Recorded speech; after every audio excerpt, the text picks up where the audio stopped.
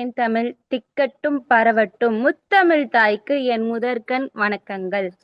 நெற்றிக்கண் திறந்தாலும் குற்றம் குற்றமே என்ற நக்கீரர் வழியில் வந்த நடுவர் புனித அம்மா அவர்களுக்கும், இணையத்தில் இணைந்திருக்கும் என் சகோதர சகோதரிகளுக்கும் என் முத்தான முதற்கண் வணக்கங்கள். கவிதையின் தலைப்பு லக்குவனின் லட்சியம். ராமன் என்ற சூரியனுக்கு இளமதி போல் ஒளி தந்தான். ராமன் என்ற சூரியனுக்கு இளமதி போல் ஒளி தந்தான்.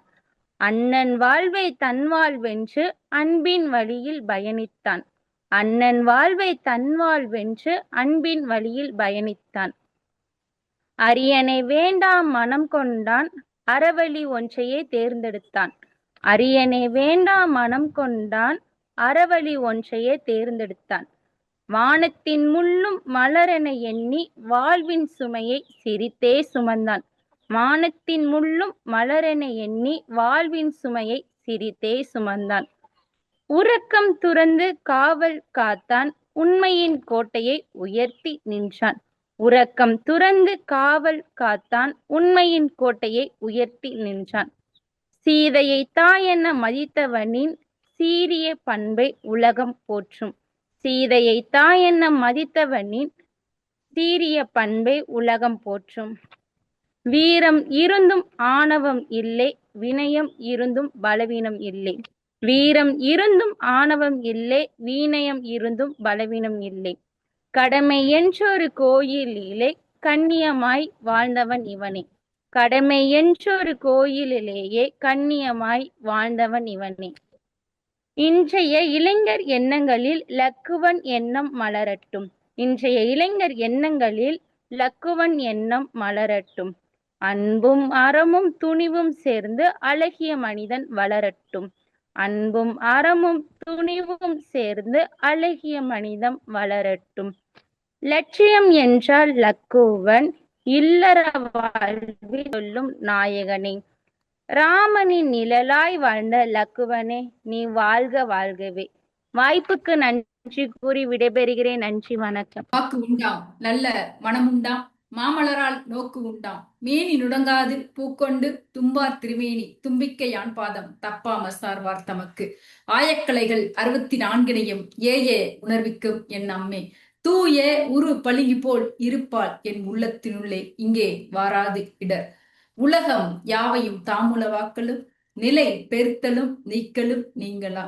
அழகு இலா விளையாட்டு உடையார் அவர், தலைவர் அன்னவர்க்கே சரண் நாங்களே.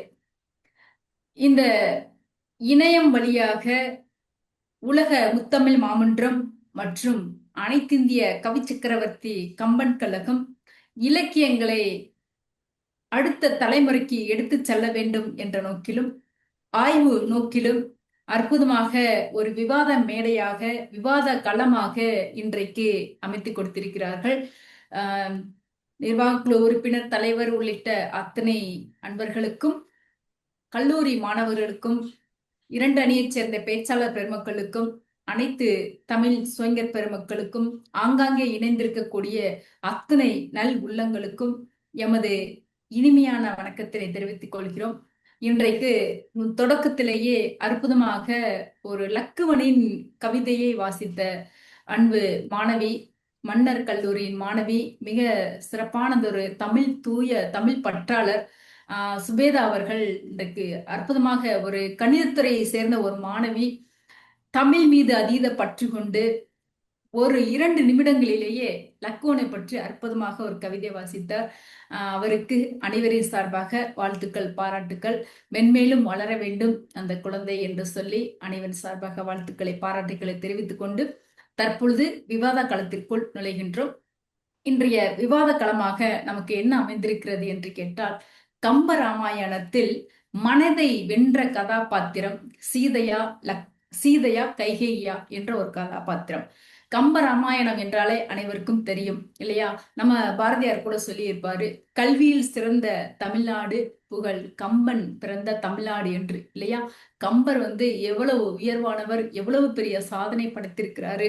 அதாவது ஒரு மாதுளம்பழம் இருக்கு, அத மாதுளம்பழத்துல உரிக்க உரிக்க முத்துக்கள் உதிர்ந்து கொண்டே இருப்பதை போல கம்ப காவியத்தில் முத்துக்கள், சொற்கள், கருத்துக்கள் அவ்வளவும் உதிர்ந்து கொண்டே இருக்கும். அப்படியே உதிக்க உதிக்க பல்வேறு கருத்துக்கள் வந்து கொண்டே இருக்கும். காவியங்களை வாசிப்பவர் அறிஞர், காவியங்களை வாழ்க்கையாக மாற்றுபவர் சான்றோர்கள். அப்படி சான்றோர்களை உருவாக்கும் விதமாக இன்றைய களம் அமைந்திருக்கிறது. பொதுவாகவே நம்ம மகாபாரதம் என்று பார்த்தால் அது ஒரு அறநூல், கந்த புராணம் என்று பார்த்தால் அது ஒரு சிவ நூல், சிலப்பதிகாரம் ஒரு விதி நூல், பெரிய புராணம் ஒரு அருள் நூல், நம்ம ராமாயணம் என்பது ஒரு அன்பு சார்ந்த ஒரு நூல். அந்த வாழ்க்கைக்கு மானிட குலத்திற்கு தேவையானவற்றை ஒரு ஆய்வு நோக்குல அந்த பாத்திரங்களை ஆய்வு செய்வதற்காக இன்றைக்கு குழுமி இருக்கின்றோம். இலக்கியங்கள் நமது முன்னோர்களின் வாழ்க்கை முறை, அவர்கள் என்னென்ன போராடினார்கள், அவருடைய போராட்டங்கள், அவமானங்கள், வெகுமானங்கள், சாதனைகள், சோதனைகள், நம்ம அவர்களுடைய மொழி அத்தனையும் அறிந்து கொள்ளும் வகையில நமது இலக்கியங்கள், தமிழ் இலக்கியங்கள் அற்புதமாக அமைந்திருக்கிறது. இன்றைக்கு ராமன், அதாவது சீதை யாரு, கைகை யாரு, நம்ம எல்லாருக்குமே தெரியும். காவியத்தை அனைவரும் இருக்கிறாங்க. அப்ப சீதை என்ற உடனேயே நமக்கு என்ன தோணும்? அவர் பூமியிலிருந்து பிறந்தவள், பூமாதேவியின் மகள், ஜனக மகாராஜாவின் ஒரு புதல்வியாக இருந்தவர்.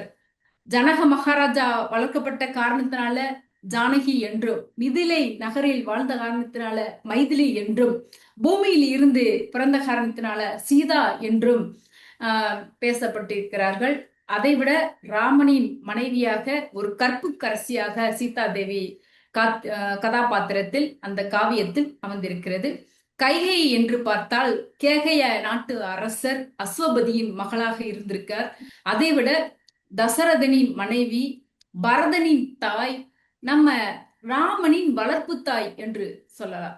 நிறைய இரண்டு பேரை பற்றி அந்த பாத்திரங்கள் பார்க்கும் பொழுது இரண்டு பேருமே நிறைய அவரை பற்றி படிக்கும் பொழுது மனதிற்கு ஒருவித உத்வேகம் ஏற்படுகிறது.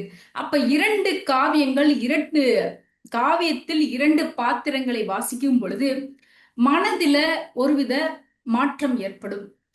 அந்த ஒருவித பாத்திரங்களை ஒரு சொல்லுவாங்க இல்லையா, ஒரு சொல் வாழ்க்கையை மாற்றும் என்று சொல்வார்கள். அந்த பாத்திரத்தை வாசிக்கும் பொழுது மனதை வென்ற கதாபாத்திரம் யார்? கைகையா, சீதையா? ஏன்னா இவர்களை பற்றி முழுமையாக நம் முன்னுரையில் சொல்லிவிட்டால் அது பேச்சாளர்களுக்கு இடையூறாக இருக்கும் என்றபடியால நான் பேச்சாளர்களின் வாதத்தை கேட்டு முடித்த பிற்பாடு நம்ம நிறைவு பகுதியில இதை பற்றி விவாதிக்கலாம். தற்பொழுது கம்பராமாயணத்தில் மனதை வென்ற கதாபாத்திரம் சீதையே என்று பேசுவதற்காக மூன்று பேச்சாளர்கள், ஆகச்சிறந்த ஒரு மூன்று பேச்சாளர் இருக்கிறார்கள். ஆசிரியர் ராஜு சுரேஷ் அவர்கள் இருக்கிறார்கள். அவர்களுக்கு அணி சேர்ப்பதற்காக ஆசிரியர் சத்யா, பேராசிரியர், கல்லூரியில பேராசிரியர் இருக்கிறார்கள். சத்யா அவர்கள் இணைந்திருக்கிறார். அவருக்கு அடுத்தபடியாக பேராசிரியர் கனகராஜ் அவர்கள் இணைந்திருக்கிறார்கள். அந்த பக்கம் பார்த்தீர்கள் என்றால் கைகேயே என்று பேசுவதற்காக ஆசிரியர் சக்திஸ்ரீ அவர்கள் இணைந்திருக்கிறார். அவருக்கு அணி சேர்ப்பதற்காக ஆசிரியர் ஸ்னேகா அவர்கள் இணைந்திருக்கிறார். அவருக்கு அணி சேர்ப்பதற்காக பொறியாளர் மற்றும் பயிற்றுனர், அப்துல் கலாம் அறக்கட்டளையின் பயிற்றுனராக இருக்கக்கூடிய அன்பு தம்பி பொறியாளர் கிருஷ்ணகுமார் அவர்கள் இணைந்திருக்கிறார்கள். தற்பொழுது சீதையே என்று வாதிடுவதற்காக ஆசிரியர் ராஜு சுரேஷ் அவர்களை அன்போடு அழைக்கின்றேன். பல்லாண்டு பல்லாண்டு பல்லாயிரத்தாண்டு பல கோடி நூறாயிரம் மல்லாண்ட தின்தோல் மணிவண்ணா உன் செவ்வடி செவ்வொளி திருக்காப்பு என்று இறைவன் நாமத்தை வணங்கி கொண்டு இந்த பட்டிமன்றத்தை காணொலி வழியாக கண்டும் கேட்டும் உள்ள பெரியோர்கள், ஆசிரியர்கள், மாணவர்கள் மற்றும் என் இனிய நண்பர்கள் அனைவருக்கும் இனிய பணிவான மாலை வணக்கத்தை தெரிவித்துக் கொள்கிறேன். நடுவர்களே, இன்று குறித்த தலைப்பு அருமையான தலைப்பு. சீதை யாரு? ராமாயணத்திலோட மைய நாயகியே சீதை தான். கற்பு, அழகு மற்றும் தியாகத்தினோட முதன்மை வடிவமே சீதை தான். ராமன் அவதாரம் நோக்கத்திற்கு முக்கியமான காரணம் யாருன்னு கேட்டீங்கன்னா சீதை தான். நடுவர்களே, மிதிலையில ராமனை பார்த்த நாள்ல இருந்து ராவணன் தன்னை தூக்கி போய் அசோகவனத்துல வச்சது வரைக்கும் மன தைரியம் கொண்டவங்க. கல்யாணம் பண்ணா ராமனை தான் கல்யாணம் பண்ணுவேன், ராவனோட எந்த ஒரு அரட்டல் மிரட்டல் எதுக்கும் பயப்படாம மன உறுதியோட இருந்திருக்காங்க நடுவர்களே. அழகும் பார்வை காதலும் சீதையை பத்தி கம்பர் வர்ணிச்சிருக்காரு. என் அரும் நலந்தினால் இணையவள் நின்றளி கண்ணோடு கண்ணினை கவ்வி ஒன்றை ஒன்று உண்ணவும் நிலை பெறாது உணர்ந்தும் ஒன்றிட அண்ணனும் நோக்கினாள் அவனும் நோக்கினாள் என்ற அழகா சொல்லியிருக்காரு நடுவர். அதாவது அழகுக்கு எல்லையே இல்லையா. சீதாதேவி அவ்வளவு ஒரு அழகா. அப்படி அந்த அழகோடு நின்று இருக்கும் போது மற்றவர் கண்கள் எல்லாமே சீதாதேவி மேல விழுகுது. ஆனா சீதாதேவி ராமனை மட்டும்தான் பாக்குறாங்க. இந்த 2 பேரோட அறிவு இணைஞ்சா எவ்வளவு நல்லா இருக்கும் அப்படின்னு ராமர் நினைச்சுதான் அண்ணனும் நோக்கினாள் அவனும் நோக்கினாள் என்ற அழகான வரிய சொல்லியிருக்காரு நடுவுல. அதுக்கப்புறம் பாத்தீங்கன்னா தியாகத்தின் முன்னோடி யாருன்னு கேட்டா சீதாதேவி தான். அந்த அம்மா அரண்மனையில வளர்ந்து செல்வ செழிப்போட வசதி உற்றார் உறவினர் மாமியார் நாத்தனார் கொழுந்தாருன்னு செல்வ செழிப்போட இருந்திருக்காங்க நடுவுல. எல்லாத்தையும் விட்டு விட்டு ராமனுக்காக காட்டுக்கு சென்றிருக்காங்க. இந்த செல்வத்துக்காக அவங்க தயங்குது. எனக்கு இந்த செல்வம் தான் வேணும் அப்படின்னு நினைச்சதே கிடையாது. தன் கணவன் எங்க இருக்காரோ அங்கதான் நானும் இருப்பேன், கணவனே கண் கண்ட தெய்வம் அப்படின்னு தாம் எல்லா இன்பத்தையும் விட்டு ராமனுக்காகவே சென்றிருக்காரு நடுவுல. அவங்க லட்சுமி தேவியின் அவதாரம். அப்படி இருக்கவங்க செல்ல வேண்டிய அவசியம் இல்ல. தன்னுடைய பட்டத்தை அரசின் என்ற பட்டத்தை திறந்துட்டு ராமனுக்காக காட்டிற்கு சென்றிருக்காங்க நடுவுல. அறத்தின் சின்னம் சொல்லலாம். அறம் செய்ய விரும்பின அவ்வையாரு சொல்லியிருக்காரு, ராமனுடன் காட்டிற்கு போக சம்மதிச்சிட்டாங்க. ஆனா காடு எப்படி இருக்குமே சீதைக்கு தெரியாது. ஏன்னா அரண்மனையை பார்த்தவங்க சரி நம்ம கணவன் போறாரு நம்மளும் போவோம்னு கூட போறாங்க. காடு மேடு முள்ளு எல்லாம் கடந்து ஒரு குடிசையில போய் உட்கார்றாங்க. பொன்மானை பார்த்ததுன்னு ஆசை வருது. மானை வேணும்னு கேக்குறாரு. ராமன் பிடிக்க போறாரு. லட்சுமணன் கோடு போட்டு போறாரு. எல்லாரும் சொல்றாங்க எதிரணியினர், கோடை தாண்டினா பிரச்சனை. கோடு ஏன் தாண்டாங்க? ராவணன் முனிவர் வேஷத்துல சாப்பாடு கேட்டிருக்காரு. ஒரு தாயா இருந்தவள் கொடுக்கத்தானே நடுவர்களை செய்வாங்க. ஒரு குழந்தை பசிச்சா நம்ம குழந்தை என்ன பசிச்சா ஒரு பிஸ்கட் என்னடா கிடைக்குன்னு போய் ஆர்வமா கொடுக்குறோம்ல. அது மாதிரி அந்த தேவி தன் ஒரு தாய் பண்பு கொண்டோடதான் அந்த கோட்டை தாண்டி சாப்பாடு கொடுத்தாங்க. அதை இந்த ராவணன் தப்பா நினைச்சு கொண்டு தூக்கிட்டு போயிட்டான். அங்க போய் அந்த அரண்மனைக்கு அழகையும் பார்த்து அரக்கர்களின் கூட்டத்தையும் பார்த்து மரம் எதுக்குமே மயங்கவே இல்லையே. கஷ்டப்படுத்தினா ராவணன், அடிக்கடி துன்புறுத்தினான், எதுக்குமே அஞ்சவே இல்லையே. தைரியமான ஒரு பெண்ணாக இருந்து நீ என்ன வேணா செஞ்சுக்கோ நான் பாத்துக்கிறேன் அப்படின்னு தைரியமா இருந்தாங்களே நடுவுகளே. இவர் போனாரு, நம்ம அனுமன் போனாரு.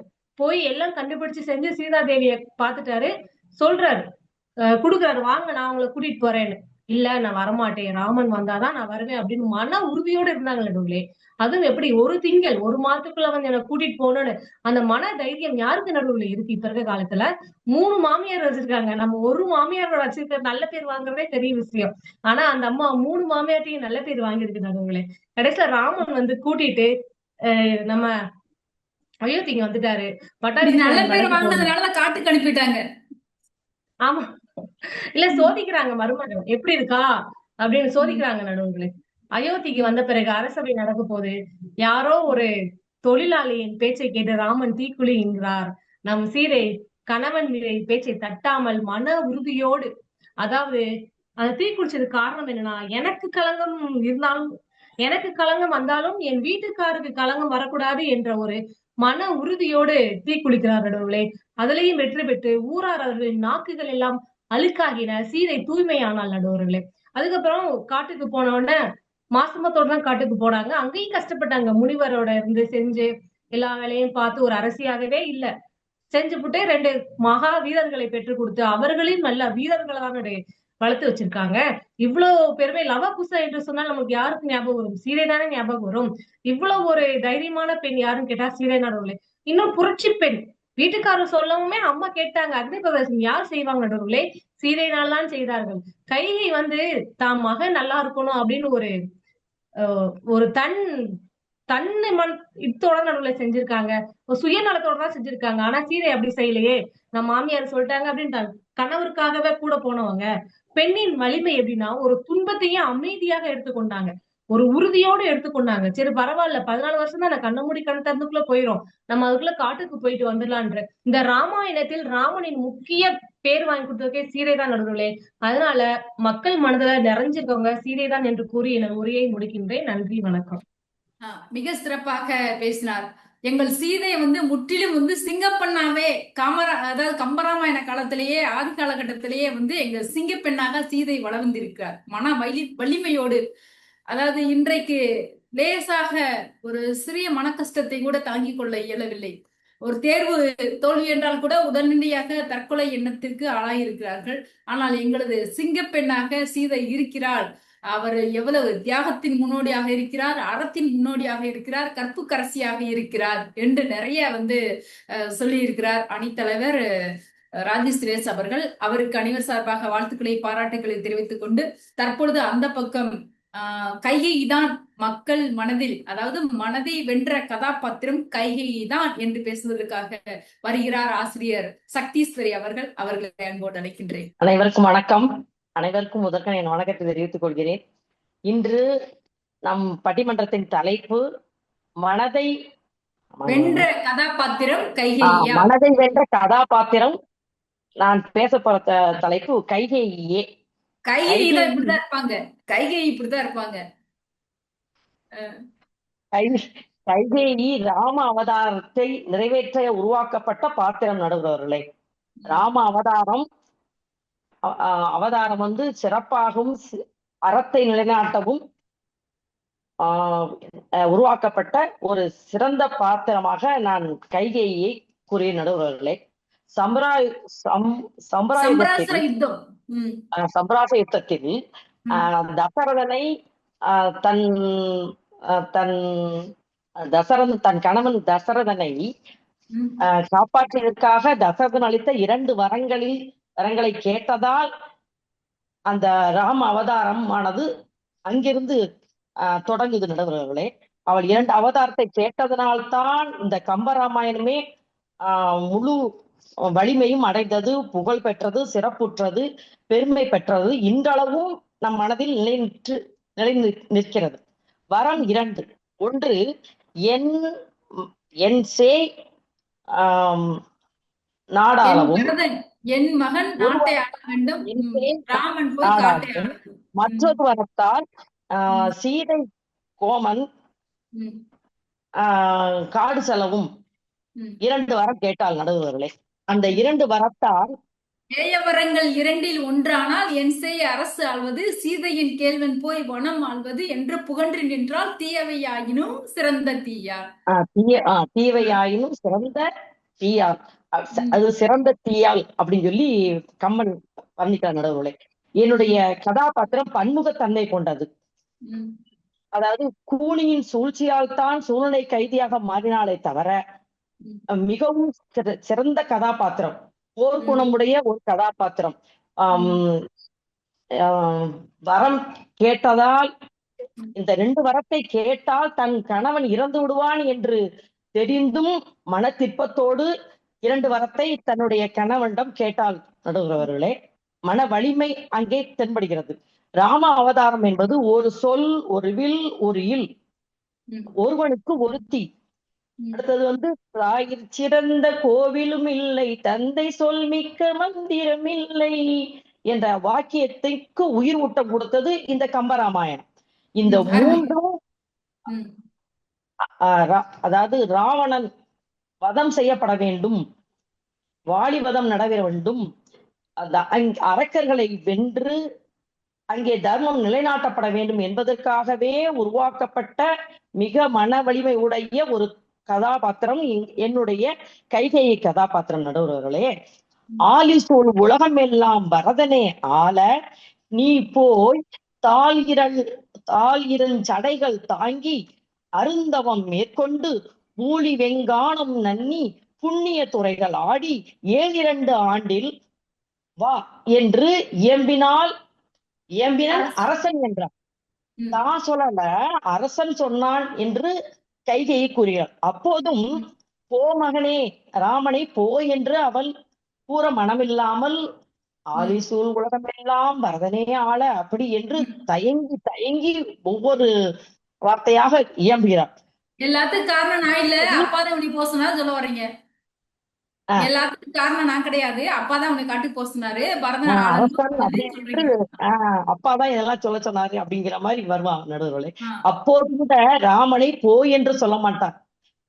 7 ஆண்டுகள் கழித்து வா என்றுதான் கூறுவார். அதிலேயே ராமன் மீது அவள் கொண்ட அன்பின் அதாவது திறம் இன்னும் வெளிப்படுகிறது. கைகைய நீங்க உங்க பாத்திரத்துல உள்ள வாங்கிட்டீங்க, இன்னும் திரும்பி வந்துடு, நீ அங்கேயே இருக்கலன்னு சொல்ல வர்றீங்களா? அதையும் சொல்லணும்னு சொல்றீங்களா? ஆஹ் அத 7 ஆண்டுகள் இருந்து முடித்து தவம் ம். மேற்கொண்டு அங்கு அங்கு செய்ய வேண்டிய வாலிவதம், சுக்ரீவன் இவர்களுக்கெல்லாம் அங்கே தர்மம் நிலைநாட்டப்பட வேண்டும், ராவணனை அழிக்க வேண்டும். இது எல்லாமே இந்த 7-14 ஆண்டுகள் முடிந்து வாமகனே என்று ராமனை அவள் பணித்தாள் நடுவர்களே. அருமை. அப்போது கூட அதற்கு அவர் சொன்னார், மன்னவன் பணி அன்பின் நூபணி மறுப்பேனோ. மன்னவன் சொன்னாதான் நான் கேட்பேனா அம்மா, நீ சொன்னாலும் கேட்பேன் அம்மா அப்படின்னு என்று உடனே கிளம்பினான். இப்பணி தலைமையில் மேற்கொண்டு மின்னொளிர் காணும் இன்றே போகிறேன் விடையும் கொண்டேன் என்று கிளம்பி விடுகிறார் ராமர். அதாவது கைகேயி பாத்திரமானது பிறந்த வீட்டிலும் புகுந்த வீட்டிலும் அரசியாக வாழ்ந்தவள் நடுவர்களே. அப்படிப்பட்ட வரமானது, அப்படிப்பட்ட பாத்திரமானது, அதாவது எதனால் அவள் தன் அதாவது எப்போதும் யார் யார் வாய் கேட்பதும் அப்போதும் மெய்ப்பொருள் காண்பது அறிவு என்கிறார் வள்ளுவர். அவள் அந்த கூனியின் அந்த பேச்சினால் தான் அவள் அங்கே சூழ்நிலை கைதியாக மாறினாள் நடுவர்களே. அவள் மனதார இதுல இருந்து என்ன தெரியுது? நல்லவங்க கெட்டவங்களா மாறுறது என்ன? கூட உள்ளவங்க சரியா இருக்கணும், கூட உள்ளவங்க பேச்ச கேட்டா கேட்க கூடாது நடுவர்களே. இதுல இருந்து என்ன நிறைய பேர் வந்து தெரிஞ்சது? மிகவும் நல்ல கேக்குறாங்க. அதாவது ராமனுக்கு பட்டம் சூட்ட போகிறார்கள் என்றதும் அந்த அயோத்தியே அவ்வளவு மகிழ்ச்சியாக இருக்கும்போது ஒரே ஒரு ஜீவன் மட்டும் இவனை மண்ணால விடக்கூடாது என்று கங்கணம் கட்டி கொண்டு அயோத்திக்கு வந்தது நடுவர்களே. இதுல இருந்து ஒரே ஒரு விஷயம் தான் எல்லாரும் புரிந்து கொள்ள வேண்டும். போட்டு கொடுக்கிறவங்க பேச்ச கேட்க கூடாது. யாரெல்லாம் போட்டு கொடுக்குறாங்களோ அவங்க பேச்ச கேட்க கூடாது. மண்ணுருண்டையால் அவர் அதாவது ராமன் இளவயதில் மண்ணுருண்டையால் அந்த கூனியின் முதுகில் ஒரு போட்டார் நடுவர்களே. அதை மனதில் வைத்துக் கொண்டு என் மண்ணுருண்டையால் என் கூனில் போட்டாய் அல்லவா, உன்னை மண்ணால விட மாட்டேன் என்று அந்த அந்த கூனியின் அந்த ஒரு கோபத்தால் தான் கைகேயின் மனத்தை மாற்றி கைகேயி என்ற கதாபாத்திரம் முரண்பட்டதாக இங்கு தெரிகிறதே தவிர அவள் உண்மையிலேயே சிறந்த அரசியாக கற்புக்குடையவளாக இங்க கம்பன் அவளை காட்டினான் நடுவர்களே. இந்த ராம அவதாரம் என்பது தர்மத்தை நிலைநாட்டுவதற்காக கைகேயி என்ற முரண் பாத்திரத்தை படைத்து நமக்கெல்லாம் கைகேயி ஒரு எப்படி வர கேட்டு விட்டாலே ராமனை காட்டிற்கு அனுப்பிவிட்டாலே என்று நம் மனதில் தோன்றும். ஆனால் அதை கேட்கும் போது அவள் அடைந்த அந்த மன வலிமை இல்லாதனால்தான் அவள் அந்த வரத்தை கேட்டாலே தவிர அவள் மிகவும் நல்லவள். அவள் ராமனை தன்மகனாக வளர்த்தவள். இப்படிப்பட்ட கைகேயி சிறந்த கதாபாத்திரமாக நான் இங்கு நிறுவியுள்ளேன் நடுவர்களே. வணக்கம். சிறப்பு. வாழ்த்துக்கள். அனைவர் சார்பாக சக்திஸ்வரி அவர்களுக்கு வாழ்த்துக்களை தெரிவித்துக்கலாம். ஒரே ஒரு செய்தியை இங்கு சக்திஸ்வரி அவர்கள் பதிவிட்டார்கள். ஆலிசூழ் உலகமெல்லாம் என் பரதனே ஆள, நீ போய் தாளிருந்து தடைகள் தாங்க அருதவம் மேற்கொண்டு பூலி வெங்கானம் நன்னி புண்ணிய திரைகள் ஆடி 7 ஆண்டில் வாவன்று இயம்பினன் அரசன். அப்ப அவர்கள் என்ன சொல்கிறார்கள் சக்திஸ்வரி என்றால், கைகேயி என்ற பாத்திரம் 7 ஆண்டு 14 வருஷம் முடிச்சுட்டு நீ திரும்ப வந்துடணும், அங்கேயே இருக்கக்கூடாது, அப்ப அவன் நல்லவ தானே. அந்த மனம் இருந்து மிக சிறந்த ஒரு நல்ல பாத்திரமாக இங்கே அவர்கள் அந்த கோணத்துல பாக்குறாரு. அதாவது காட்டுக்கு சொன்னதை விட அவர் காட்டுக்கு போயிட்டு பல்வேறு சாதனைகளை படுத்திட்டு திரும்ப வா மகனே என்று அழைத்தது அவர் ஒரு வித்தியாசமான கோணத்தில் இங்கே பார்த்திருக்கிறார் சக்திஸ்ரீ அவர்கள். அதை விட ஆலோசனை, அருகில் இருப்பவர்கள் ஆலோசனையை ஆராய வேண்டும், ஆராய்ந்து தீர்க்க முடிவெடுக்க வேண்டும். யாராவது நமக்கு ஒரு ஆலோசனை கூறினால் அந்த ஆலோசனை தீர்க்க ஆராய்ந்து தெளிந்து அதன் பிறகுதான் ஒரு முடிவை எடுக்க வேண்டும். பக்கத்தில் இருக்கிறவர்கள் சொன்ன உடனேயே அடுத்த செயல்பாட்டில் இறங்கி விட்டோம் என்றா அந்த செயல் இப்படித்தான் கையிடம் போட்டு கொடுத்த மாதிரி இப்படித்தான் நடக்கும் என்பதை இங்கே சக்திஸ்ரீ அவர்கள் தெரிவித்திருக்கிறார்கள். ஏனெனில் கைகேயி என்ற பாத்திரம் ஆரம்ப காலகட்டத்திலிருந்தே மிக நல்ல பாத்திரம். அதை கூனியின் ஆலோசனை கேட்டதனால்தான் அவர் இப்படி மாறிவிட்டால். உண்மையிலேயே அவர் மிக மிக நல்ல ஒரு கதாபாத்திரம், மக்கள் மனதில் வென்ற ஒரு கதாபாத்திரம் என்பதை சொல்லியிருக்கிறார். இதற்கெல்லாம் பதில் சொல்ல வேண்டும் என்றால் இந்த பக்கம் ஆசிரியர் சத்யா அவர்களை அன்போடு அழைக்கின்றேன். என் தாய் தமிழுக்கும் மதிப்பிற்குரிய நடுவர் அவர்களுக்கும் எதிராணி பேச்சாளர் அவர்களுக்கும் மேலும் இதனை இணையதளத்தில் பார்த்து கொண்டிருக்கும் அனைத்து ரசிக பெருமக்களுக்கும் என் முதற்கண் பணிவான வணக்கம். இன்னைக்கு எனக்கு கொடுக்கப்பட்டிருக்கிற தலைப்பு கம்பராமாயணத்துல சிறந்த கதாபாத்திரம் சீதையே. அதுக்கு முன்னாடி எங்க அம்மா சொன்னதுக்கு சில பதிலெல்லாம் நான் சொல்லிடுறேன். ஏன்னா எங்க அம்மா என்ன சொல்லியிருக்காங்கன்னா கைகேயி அம்மா எங்க அம்மா இல்ல, கைகேயி அம்மா சொல்லியிருக்காங்களா, கணவன் இறந்துட்டாலும் பரவாயில்லையா, அந்த வார்த்தை நான் வாங்கிக்கிடணுமா, வாங்கிக்கிட்டு இருக்கிற பஞ்சாயத்தெல்லாம் வச்சு நான் நல்லா இருக்கிற குடும்பத்தை பிரிச்சு நல்லா வாழ்ந்துட்டு இருக்க குடும்பத்தை வெளியமிச்சாச்சு. இது ஒரு பாயிண்ட். இன்னொன்னு பாத்தீங்கன்னா என்ன சொல்லியிருக்காங்கன்னா, ராமாவதாரத்தை நிறைவேற்றுறதுக்குதான் வந்திருக்காங்களாம். ஏங்க நீங்க சொல் பேச்சு கேட்காம எவன் பேச்சையும் கேட்காம இருந்திருந்தாலே உருப்படியா இருந்திருப்பீங்கல்ல, எதுக்கு கேட்டிய, நல்லா தானே வாழ்ந்தீங்க, எதுக்கு கேக்குறீங்க. அதோட பாத்தீங்கன்னா இன்னொன்னு சூழ்ச்சி அம்மா, அப்பாதான் எல்லாத்துக்கும் காரணமா, செய்யறதெல்லாம் கைகேயி அம்மாவான், ஆனா பழிய தூக்கி அப்பா மேல போட்டாச்சு. இதெல்லாம் இவங்க சொல்லியிருக்கிறாங்க. கைகேயி ஒரு நல்ல அம்மான்னு நானும் ஒத்துக்கிறேன். எப்ப ஒத்துக்குவேன்னா, இதெல்லாம் செய்யாம இருந்திருந்தா நல்ல கதாபாத்திரம். எல்லாத்தையும் செஞ்சுபிட்டு இது நல்ல கதாபாத்திரம்னா எப்படின்னு எங்களுக்கு தெரியல. சரி, இப்ப அவங்க மனசுக்கு அது நல்ல கதாபாத்திரம். எங்க மனசுக்கு பாத்தீங்கன்னா எங்களோட சீதை நல்ல கதாபாத்திரமா இருக்காங்க. எப்படின்னு கேளுங்க. ஏன்னா இந்த பெண்ணோட பெருமை எதுல இருக்கு அப்படின்னு இந்த உலகம் நினைக்குது அப்படின்னா, நகை அலங்காரத்துல, சிகை அலங்காரத்துல, உடை அலங்காரத்துலதான் இருக்கு அப்படின்றாங்க. ஆனா எங்களோட சீதை எதுல இருக்கு அப்படின்னு சொல்லியிருக்காங்கன்னா, நல்ல குணநலன்கள்ல இருக்கு அப்படின்னு வாழ்ந்து காட்டின ஒரு கதாபாத்திரம். இது கணவனுக்கு மட்டுமல்ல, அவங்க ஒரு செல்வ செழிப்புள்ள குடும்பத்துல பிறந்து வளர்ந்த மகள். செல்வ செழிப்பு இன்னைக்கு நல்லா ஒரு நார்மலான ஃபேமிலியில இருக்கவங்களே தான் பொம்பளை பிள்ளைய டேட்ஸ் லிட்டில் பிரின்சஸ் இதெல்லாம் உலக வழக்குல இருக்கிறது. அப்ப அந்த காலத்துல அந்த பெண்ணை எப்படி வளர்த்திருப்பாங்க, பாராட்டி சீராட்டி சூப்பரா வளர்த்திருப்பாங்க. ஆனா அந்த அம்மாவை கொண்டு இங்க விட்டுட்டு அவங்க எல்லா கஷ்டத்தையும் அனுபவிச்சு, ஆனாலும் ஒரு இடத்துல கூட அவங்களுக்கும் சொல்லிக் கொடுக்காம ஆள் இருந்திருப்பாங்களா? கண்டிப்பா. உன் மாமியார், ஒரு மாமியார்னாலே எங்க அக்கா சொன்னாங்க, ஒரு மாமியாரை வச்சே பாடுபடுறோம், இங்க 3 மாமியார். அப்ப எத்தனை பேர் சொல்லி கொடுத்திருப்பாங்க, இந்த மாமியார் இப்படி சமாளி, அந்த மாமியார் அப்படி சமாளி. ஆனா எந்த மாமியாரையும் அந்த அம்மா கடுமையா நடத்தல, நல்லாதான் நடத்தினாங்க. கணவனோட காட்டுக்கும் போனாங்க, அங்கேயும் கணவனுக்கு பணிவிட செஞ்சு எல்லா காரியங்களையும் செஞ்சாங்க. அடுத்த விஷயமா பாத்தீங்கன்னா, ராவணன் அழைச்சிட்டு போகும்போது கூட அங்கேயும் எல்லாத்தையும் பார்த்தப்ப கூட தன் கணவனுக்கு உண்மையாக இருந்தாங்க. அப்போ இந்த சீதை நல்ல குணநலன்கள், நல்ல பண்பு, பொறுமை, இரக்கம், அன்பு, கருணை, இப்படி நீங்க என்ன வேணா எடுத்துக்கலாம். அதுக்கு ஒரே பேர் வச்சுக்கோங்க, சீதை. இன்னைக்கு இப்படிப்பட்ட சீதையத்தான் உலகம் தேடிக்கிட்டு இருக்கு. கைகேயி யாரும் தேடவே இல்லை. ஏன்னா கைகேயி அடுத்தவன் பேச்ச கேட்டு குடும்பத்தை பிரிச்சு விட்டு போறது, இதுக்கு நிறைய பேர் இருக்காங்க உலகத்துல. ஆனா சீதை மாதிரி வாழ்ந்து குடும்பத்தை கட்டி எழுப்புகிறதற்கு ஆட்கள் தான், பெண்கள் தான் இன்று தேவை. அதோட பாத்தீங்கன்னா அவங்க ஒரு புராண கதாபாத்திரமா நம்ம அவங்கள பார்க்க முடியாது. ஏன்னா இன்றைக்கும் நம்ம வாழ்க்கையோட ஒத்து போகிறதா. இது எத்தனையோ வருடங்களுக்கு முன்பாக எழுதப்பட்டது, வாழ்ந்த மக்கள் அப்படின்னாலும் இன்னைக்கு லைஃப நீங்க எடுத்துக்கோங்களேன், நிறைய குடும்பங்கள்ல ஏன் பிரச்சனை வருது? மருமகா விட்டு கொடுக்கல,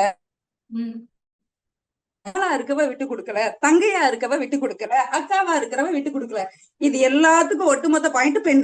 அப்ப அந்த ஒரு பெண் எப்படி வாழ வேண்டும், எப்படியெல்லாம் வாழக்கூடாது, எப்படியெல்லாம் வாழக்கூடாது எடுத்துக்கலாம், எப்படியெல்லாம் சொல் பேச்சு கேட்க கூடாதுன்றதுக்கு கைகேயி எடுத்துக்கலாம். ஆனா இப்படித்தான் வாழணும், இதுதான் என் குடும்பம், இப்படிதான் நான் இருப்பேன், அப்பதான் என் குடும்பம் கட்டி எழுப்பப்படும் அப்படின்னு ஒரு முன் உதாரணமா அன்பு, பொறுமை, மன உறுதி, தியாகம், நேர்மை, தர்மம், என்ன வேணா வச்சுக்கோங்க பேரு, எல்லாத்துக்கும் ஒரே பேருங்க, சீதை.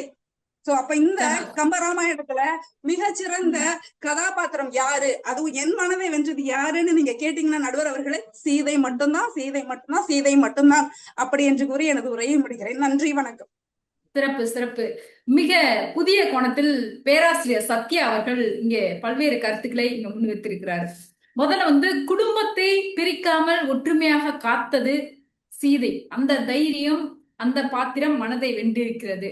ஏன்னா மாமியாரை கையாள்வது மிகப்பெரிய ஒரு சவால். சரிங்களா, போர் கூட போயிடலாம், போர்க்களத்திலோட வென்றுடலாம். ஆனா வீட்டில் குடும்பத்தில் இருக்கிற மாமியாரை சமாளிப்பது என்பது ஆகச்சிறந்த ஒரு வலிமை வேண்டும். 3 மாமியாரை ஒரு சீதை சமாளித்திருக்கிறார்.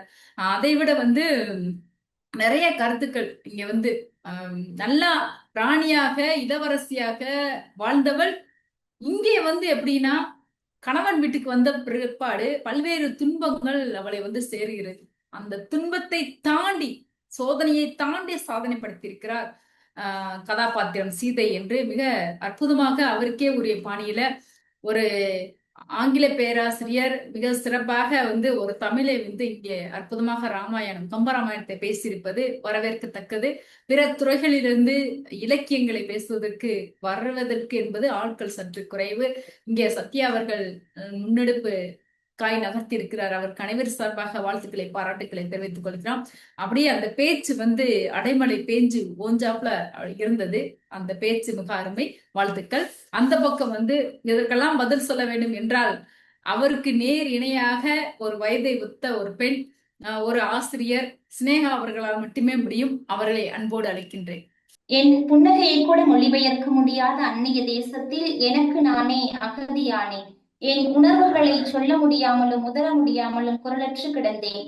என் காயங்களை வருடி சென்றது மின்னல் என தமிழ் மொழியின் அமுதோசை என்று தமிழ் மொழிக்காக ஒரு அழகிய கவிதையை சொல்லிவிட்டு அன்னை தமிழை வணங்கி நடுவர் அம்மா அவர்களுக்கும் இருதரப்பு அணி பேச்சாளர்களுக்கும் இந்த பட்டிமண்டபத்தை இணைய வாயிலாக இருந்து பார்த்து கொண்டிருக்கக்கூடிய அத்துணை தமிழ் சொந்தங்களுக்கும் இனிமையான வணக்கங்களை தெரிவித்துக் கொள்கிறேன்.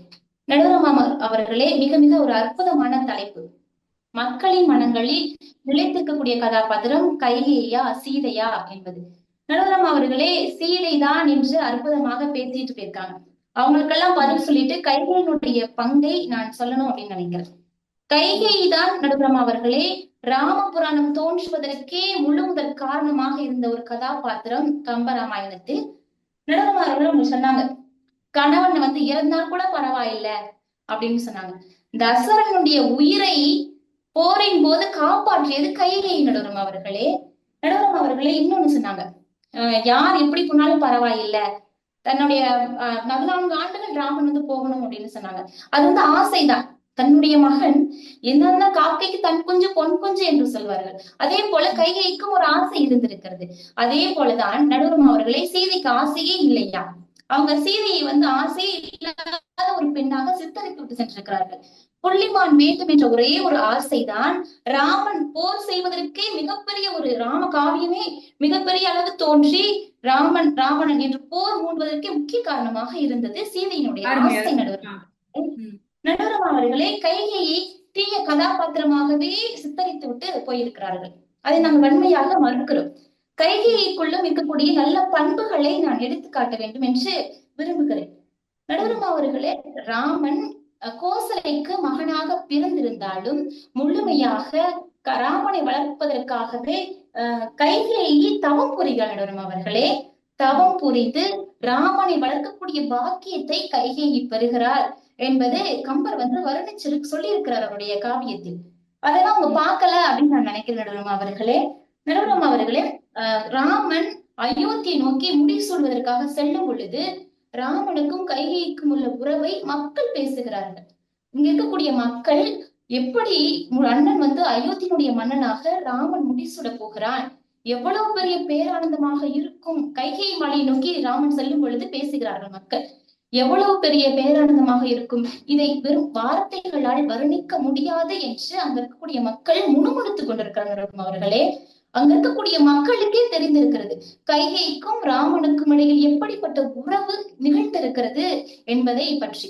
அவர்கள் எதிர்த்தரப்பினர் வந்து இதை அறியவில்லை என்று நான் நினைக்கிறேன். நடுவரம் அவர்களே, சொன்னார்கள் கைகேயி வந்து என்ன பண்ணாங்க, 14 ஆண்டுகள் வனவாசம் தான் அனுப்பிட்டாங்க அப்படின்னு சொன்னாங்க. அந்த வனவாசத்தின் போது அவங்க நம்முடைய அணிசார்ந்தவங்க சொன்ன மாதிரி அங்கேயே 14 ஆண்டுகள் தொடர்ந்து மீண்டும் அங்கேயே இருக்க வேண்டும் என்று சொல்லவில்லை, 14 ஆண்டுகள் கழித்து வர வேண்டும் என்று சொன்னார்கள். நடுவரம் அவர்களே, இதுல என்ன தெரிகிறது என்று சொன்னால், ராமன் சீதை மீது கொண்ட அன்பை வெளிப்படுத்துவதற்கு ஒரு முக்கிய காரணமாக இந்த 14 ஆண்டுகள் இருந்தது.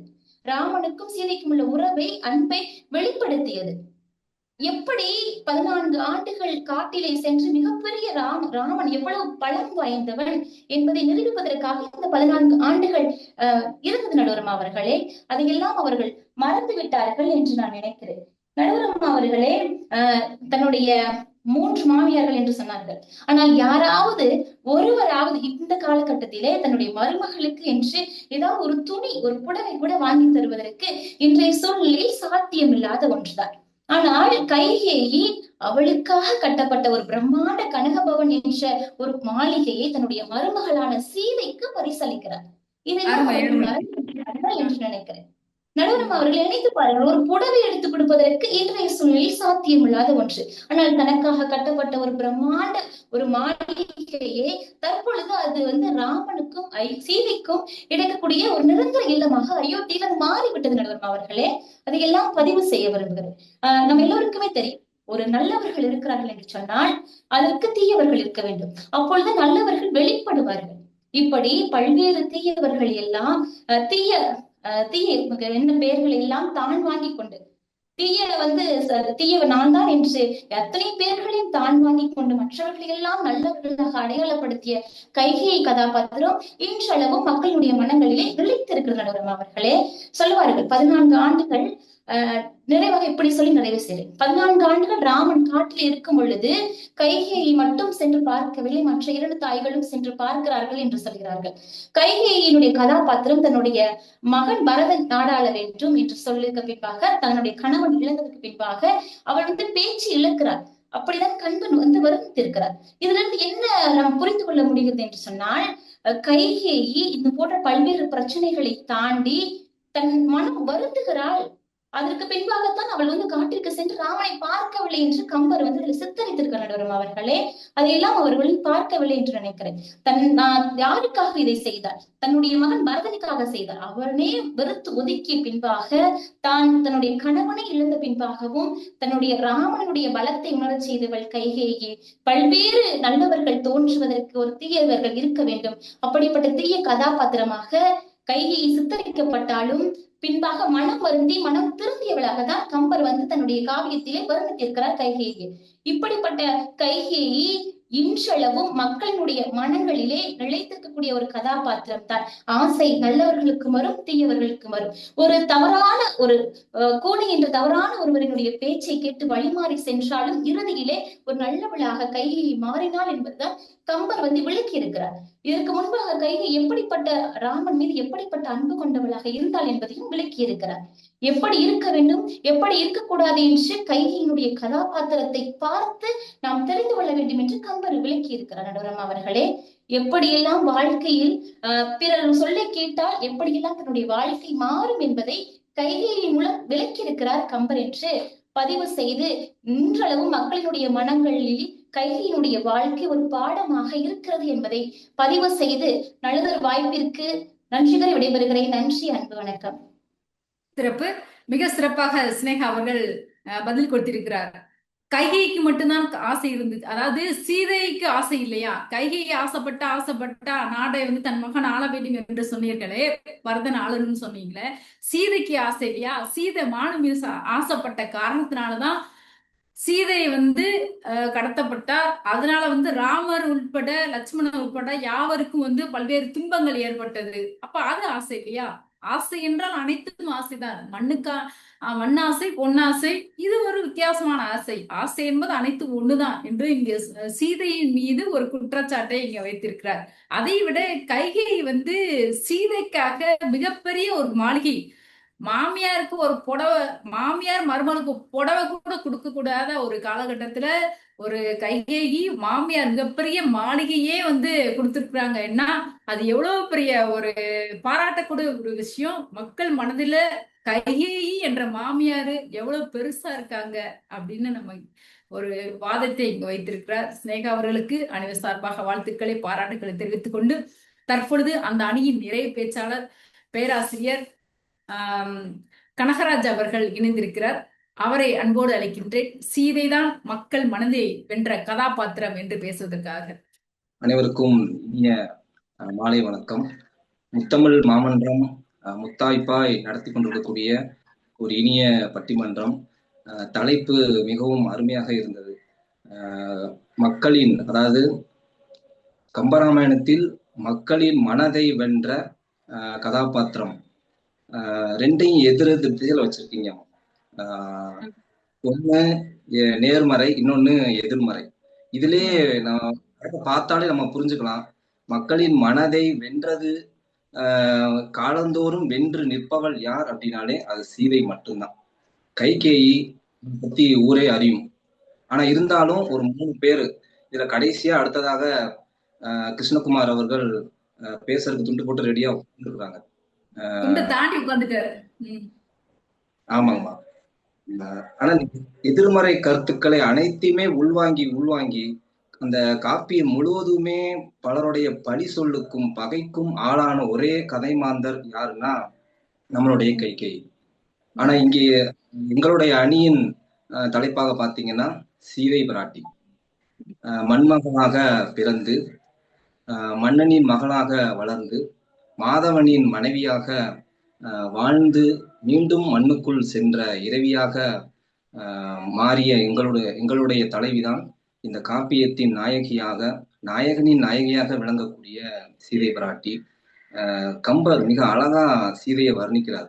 அறிமுகப்படுத்தும் போதே அவள் இப்படிப்பட்டவள் அப்படிப்பட்டவள்னு சொல்லி ஏகவசனம்லாம் பேசாம இயற்கையின் பால் அப்படியே கொண்டு போறார். ஒரு காம இச்சை, ஒரு சிற்றின்ப வேட்கை, அதெல்லாம் கம்பர்கிட்ட நம்ம பார்க்கவே முடியாது. ஆனா வால்மீகி அது மிகவும் பின்னாடி போயிடுறார். கம்பர் தமிழர் பண்பாட்டுக்கான ஒரு விடயத்திலிருந்து விலகாமல் கொண்டு வந்து அப்படியே நிப்பாட்டுறாரு. ஆனா இங்க சீதையை நீங்க எடுத்துட்டீங்கன்னா மிக அழகா அறிமுகப்படுத்துறாரு. தம் நேர் இல்லா மங்கையர் செங்கை தளிர் மானே அன்னே தேனே ஆர் அமுதே என்று அடி போற்ற முன்னே மொய் தூவி முறைசாரா. பாருங்க, சீதையை மானே தேனே பொன் மானேன்னு சொல்லி வர்ணிச்சு கொண்டு வந்து சீதையை மிகவும் அழகா அறிமுகப்படுத்துறாரு. இதுல நீங்க பாத்தீங்கன்னா அழகே அவகிட்ட அழகை குடுன்னு கெஞ்சுமா. அப்ப அந்த அளவுக்கு அக அழகும் புற அழகும் கொண்டவள் தான் எங்களுடைய சீதை. இதுல எதிர் தலைப்புல நீங்க பாத்தீங்க கைகேயி. அவர்கிட்ட புற அழகு இருக்கலாம், ஆனா அக அழகு இல்லவே இல்லை. அதை நீங்க நல்லா கற்றறிந்த அவையோர் முன்னாடி நீங்க பாத்தீங்கன்னா அவங்களே சொல்லுவாங்க, அக அழகுதான் ஒரு மனிதனுக்கு தேவையான ஒன்று. புற அழகு ஒரு மனிதனுக்கு நிரந்தரம் கிடையாது. அது இருக்கலாம், ஆனா அது அழிவுக்கு உண்டானது. அதனாலதான் அக அழகு மிகவும் தேவையான ஒன்றாக கற்றறிந்த சான்றோர்கள் சொல்லுவாங்க. பொன்னின் ஒளியாகவும் பூவின் மனமாகவும் சந்தனத்தின் குளிர்ச்சியாகவும் விளங்கியவள் தான் எங்களுடைய பெருமகளான சீதை பிராட்டி. ராவணின் குணத்தை ஒத்தவள் தான் கூனி அப்படின்னு கம்பர் ஒரு இடத்துல வர்ணிக்கிறார். நல்லா பாருங்க, இன்னைக்கு ராவணன் அறிமுகம் எல்லாம் வரல, ஆனா முன்னாடியே சொல்லிடுறாரு. கூனியை அறிமுகப்படுத்தும் போதே ராவணின் தீமையை ஒத்தவள், தீய குணத்தை ஒத்தவள் தான் மந்திரை என்ற அந்த கூனி. அப்ப அப்படிப்பட்ட கூனியின் சூழ்ச்சி வலையில் சிக்கி தன்னுடைய அறிவு, அதாவது சொல் புத்தி இருக்கணும்னு சொல்லுவாங்க. ஒரு மனுஷனுக்கு சொல் புத்தி அல்லது சுய புத்தி இருக்கணும்பாங்க. ஆனா ரெண்டுமே இல்லாத ஒரு கேரக்டர், ஒரு கதை மாந்தர் யாருன்னா கைகேயி. அப்ப சுய புத்தி இல்லாமல் சொல் புத்தியால் முழுவதும் செயல்பட்டு ஒரு குடும்பத்தையே இல்லாமல் ஆக்கிய ஒரு கதை மாந்தர் தான் கைகேயா நான் பாக்குறேன். அந்த ஒரு செயல்பாடால அரசாட்சி போச்சு, குடும்பம் சிதறியது. வாழ வந்த மருமகனான சீதை பிராட்டி அரசியாக இருந்தால் அவளும் அரசி பதவியும் பறிபோய், அரசனாக இருந்த ராமனும் தன்னுடைய பதவியை விட்டு கொடுத்து இப்படி காட்டுக்கு போய் அல்லலுற்று அவளை ஒருத்தன் தூக்கிட்டு போய் இப்படி நிறைய பேர் மாண்டதற்கு காரணம் யாருன்னா கைகேயி அப்படிங்கிறத ஊரறிந்த உண்மை. நடுவர்களே, இது எதிரணிகளுக்கு ஏன் தெரியாம போச்சுன்னு தெரியல. அப்ப தன் புத்தி கேட்பார் சொல் கேட்டு ராமனை காட்டிற்கு அனுப்பி தன் கணவனை சுடுகாட்டிற்கும் அனுப்பியவள் தான் இந்த கைகேயி என்ற எதிர்மறையான கருத்தை கொண்ட குணங்களை கொண்ட கைகேயி. அப்ப நல்லா நடுவர்களே, பிறருடைய மனங்கள்ல அமரணும்னா, பிறருடைய மனங்களை கவரணும்னா நேர்மறையான எண்ணங்களும் செயல்களும் ஒரு கேரக்டருக்கு, ஒரு கதை மாந்தருக்கு, ஒரு மனிதருக்கு இருக்கணும். இப்படி முழுவதும் ஆதி தொடங்கி அந்தம் வரைக்கும் எதிரெதிர் திசையில செயல்பட்ட ஒரு கதை மாந்தர் எப்படி பிறருடைய மனங்களை கவர முடியும்? இதுதான் என்னுடைய அடித்தளமான கேள்வி நடுவர்களே. இதை வந்து அடுத்து பேச வரக்கூடிய பொறியாளர்கள் இதுக்கு தக்க விளக்கம் தரணும். தொடக்கத்திலேயே குணவதியாக இருந்த கைகேயி பின்னாடி மாறுறாங்க. அதை வந்து நான் ஏத்துக்கிறேன். ஆனா தொடக்கத்துல அவங்க நல்ல குணாதிசயங்களா இருந்திருக்கிறாங்க. முதல் பேச்சாளர், எதிர் அணியில முதல் பேச்சாளர் பேசியிருந்தாங்க, ஆசிரியர் சத்தீஸ்வரி அம்மா அவர்கள். என்ன சொன்னாங்கன்னா, என்னுடைய தலைப்பை எடுத்துக்கொண்ட அந்த கதை மாந்தர் பன்முக தன்மை கொண்டவர் அப்படின்னு சொன்னாங்க. குடும்பத்தை சீரழிக்க எதுக்கு பன்முகத்தன்மை வேணும் அப்படிங்கிறது தான் என்னுடைய கேள்வி. ஏன்னா ஒரு குடும்பத்தையே சீரழிச்சு நடுரோட்டு கொண்டு வந்து அதை காட்டுக்கு கொண்டு போய் வேற நாடு வரைக்கும், இலங்கை வரைக்கும் போய் மீட்டு வந்து பல உயிர்கள், அந்த உயிர்கள் அக்ரின உயிர்கள், வானரங்களும் இறந்து போச்சு. அதாவது உலகத்திலேயே வெளிநாட்டுக்கு தன் மகனை வெளிநாட்டுக்கு அனுப்பின முதல் தாய் கைகேயி அப்படி வச்சுக்கலாம். ஆனா வெளிநாட்டுக்கு அவங்க வந்து வாழ்றதுக்கும் வேலை வாய்ப்புக்கும் அனுப்பி வைக்கல. இங்க ஆளா இருந்த ஒரு உரிமையை பறிச்சுட்டு அனுப்பி வச்சிருக்காங்க. அப்ப அவங்க என்ன பண்ணாங்கிறத நம்ம பார்க்கணும். அனுப்பி வச்சாங்க சரி, மாளிகை கட்டினாங்கன்னு சென்ற பேசி முடித்த பங்கேற்பாளர் பேச்சாளர் ஸ்னேகா அவங்க சொல்லியிருந்தாங்க. யாகம் செய்தார்கள், மாளிகை கட்டினார்கள், கூட கோபுரங்கள் கட்டினார்கள், அது பண்ணாங்க இது பண்ணாங்க, மருமகளுக்கு எல்லாம் செஞ்சாங்க. சரிதான், எல்லாம் செஞ்சாங்க. கடைசியில ஏன் தாலியை போட்டு உடைக்கிற மாதிரி உடைச்சு தள்ளிட்டாங்க. எல்லாம் செய்தார்கள். ஆனா பின்னாடி அவங்களுடைய குணாதிசயங்கள் ஏன் மாறி போச்சு? மாறினதுக்கு முழு காரணம் என்ன? அவங்களுடைய சுய அறிவு இல்லை. அந்த அறிவு இல்லாதனாலதான் அந்த குடும்பமே, அந்த ஒரு அரசாட்சியே திசை மாறி போச்சு அப்படிங்கிறத இங்க வந்து நான் ஆணித்தரமா பதிவு செய்ய விரும்புறேன். தசரதன் உயிரை காப்பாற்றியவள் தான் கைகேயி அப்படின்னு ஸ்னேகா அம்மா அவங்க சொன்னாங்க. இதெல்லாம் எதிரணியில் மறந்துட்டாங்களா அப்படின்னு கேட்டாங்க. நாங்களாம் மறக்கல, ஞாபகம் வச்சிருக்கணும். அதனால அதை எழுதி வச்சு உங்களுக்கு நான் மறுமொழி சொல்றேன்.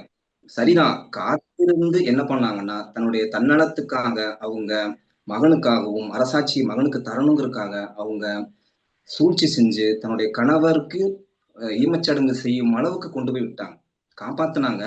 ஏன் பின்னாடி அவரை துன்புறுத்தி அவர் இறந்து போகும் அளவுக்கு அந்த சூழலை ஏற்படுத்தினாங்க. இதுக்கு பருத்தி மூட்டை குடோன்ல இருந்திருக்கலாமே, அப்பயே அவர் போறதுக்கு அவர் வழிவகை செஞ்சிருக்கலாம். ஏன் இப்படி காப்பாத்தி கொள்றதுக்கு எதுக்கு இந்த அளவுக்கு ஒரு மாறணும்? அப்ப முழுவதும் கைகேயோட அந்த சூழ்ச்சி மனநிலை, கேட்பாரு சொல்லை கேட்டு மாறி இருக்கிறாங்க அப்படிங்கிறதுதான் என்னுடைய வாதமா இருக்கு நடுவர் அவர்களே. நீங்க பாருங்க, மரம் கேட்ட இடம் மிகவும் கொடிய இடம். தொடக்கத்துல தெய்வ கற்பினால் அப்படின்னு கம்பர் அழகா கைகேய சொல்றாங்க. எதிரணியிற்கு நானே இந்த பாயிண்ட் எடுத்து கொடுத்தாரு. தெய்வ கற்பினால் அழகாவே சொல்றாரு. இதையை கூட அப்படி வந்து தெய்வ கற்பினால்னா அவர் பின்னாடி சொல்றது வாய்ப்பு இருக்கும். ஆனா தெய்வ கற்பினால் உடையவள் நற்பண்பினாலும் சொல்றாரு. ஆனா பின்னாடி மாற அந்த கதை போக போக என்ன ஆகுதுன்னா அவருடைய குணத்திற்கேற்ப மாத்துறாரு. நீங்க சிலப்பதிகாரத்துல நீங்க ஆழமா தெரியும், மலக்குறை காதியில பொன்சை கொல்லன்னே சொல்லுவாரு. எப்ப அவனுடைய சூழ்ச்சி செயல்பாடுகள் மாறுமோ, கோலனோட அந்த பொற்கொலனை, அந்த கோலனுடைய பொன் அணிய சிலம்ப வந்து பழிய போடணும்னு நினைக்கிற அடுத்த வரியிலிருந்து அந்த பொற்கொலன் பேர் வந்து கல்வன் மாத்துவார். அப்ப தீது கொண்டு செயல்பாடு வரனால அடுத்த சொல்லோட மாத்திடுறாரு இளங்கோவடிகள். அதே போலதான் கம்பம் கையாண்டிருக்கிறாருன்னு நான் பாக்குறேன். இதுல பாருங்களேன், அந்த வரங்கள் கேட்கிற இடம், ஏனைய வரங்கள் இரண்டில் ஒன்றால் என்சே அரசாள்வதும் சீதை கேள்வன் காடு இதை செல்வன் போய் காடு ஆள்வதும். அதுல பாருங்க ஒரு சொல்லாடல ராமன் கூட அவ சொல்லல. அந்த வார்த்தைய ராமன் சொன்னா என்ன? மகன் ஒரு முறையில மகன் தான் வருது, கூட தன்னுடைய வயிற்றுல பிறக்கணும் தான், ஆனா இருந்தாலும் மகன் உறவு தான் வருது. ராமனுக்கு சிற்றன்னை கைகேயி, இரண்டாவது அன்னை. அப்ப சிற்றன்னையா இருந்தாலும் மகன்கிற உறவு கூட சொல்லலையே, சீதை கேள்வனா. அப்ப அதிலே தெரிஞ்சது ஒரு குடும்ப உறவு இல்ல, ஒரு குடும்ப ஒற்றுமை இல்ல. கூடி வாழ்ந்தா கோடி நன்மைன்னு சொல்றோம். ஆனா இங்க சொல்ற இடத்துல கூட பாருங்க, சீதை கேள்வன் என்ன? கணவன் தலைவன் அர்த்தம். இப்ப சீதை கேள்வன் போய் வனம் ஆள்வதும் என்று புகன்று நின்றால் தீயவை யாவினும் சிறந்த தீயார். தீயால். பாருங்க அந்த வரிய பாருங்க, கம்பர் போட்ட அந்த வரி மிகவும் அபாயகரமானது. இவ எப்படிப்பட்டவன்கிறத அங்கேயே சொல்லிடுறாரு, ஒரு அறிவிப்பு செஞ்சிடறாரு. தீயவை யாவினும் சிறந்த தீயால், தீமைக்கெல்லாம் சிறந்த தீமை உடையவள். அந்த ஒரு கேரக்டர் ஒரு எதிரணியினர் தலைப்பா வச்சிருக்கிறாங்க. அந்த ஒரு இதை பேச ரெடியா இருந்திருக்கிறாங்க. பேசி முடிச்சு 2 பேரும் உட்கார்ந்துருக்காங்க. அடுத்து பேசுறதுக்கு ஒருத்தர் தயாராகவும் இருக்கிறாங்க. அப்ப கை கேட்கும் பொழுது கூட பாருங்க, மகனை ராமன் சொல்லாம சீதை கேள்வன் சொன்ன அந்த கைகேயி எப்படி குடும்ப உறவையும் ஒரு ஒற்றுமை உணர்வையும் ஏற்படுத்தக்கூடியவனா இருப்பா அப்படிங்கிறத நான் வந்து ஆணித்தரமா கேள்வியை எழுப்புறேன். அப்ப தீயவை யார் தீய சிறந்த தீயால், அதுலயும் பாருங்க, அதுலயும் சிறந்த தீயாலாம், அதுலயே பிஹெச்டி முடிச்சவள் போல ஒரு சிறந்த ஒரு உயரிய நிலையை வந்து அடைஞ்சிருக்கிறார். அப்ப அந்த அளவுக்கு அதுல மூழ்கி போனவள், கூனியின் மந்திர பேச்சுக்களாலும் தந்திர செய்கைகளாலும் முழுவதும் நெஞ்செல்லாம் நஞ்சாய் மாறியவள் தான் இந்த கைகேயி. கணவன் தசரதன் காலில் விழுந்து மன்றாடுறார், கெஞ்சி கூத்தாடுறார், இந்த வரங்களை விட்டு மறந்துருங்கிறார்.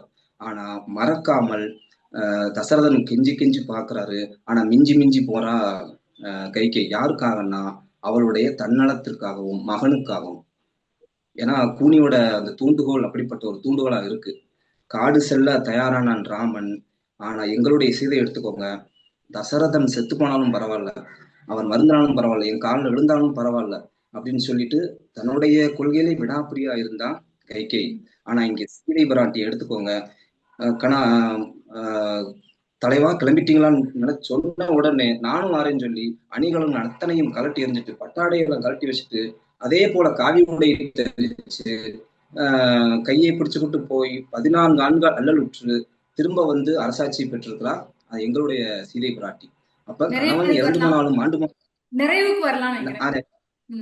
சரிங்கம்மா, இந்த நிமிஷம். அப்ப அந்த எதிரெதிர் கதை மாந்திர பாருங்க, எல்லாமே நேர்மறை, எதிர்மறையா செயல்பட்டிருக்காங்க கைகேயி. அப்ப சீதை சொன்ன ஒரே ஒரு வார்த்தை தான், ஈண்டு நின் பிரிவினும் சுடுமோ பெருங்காடு.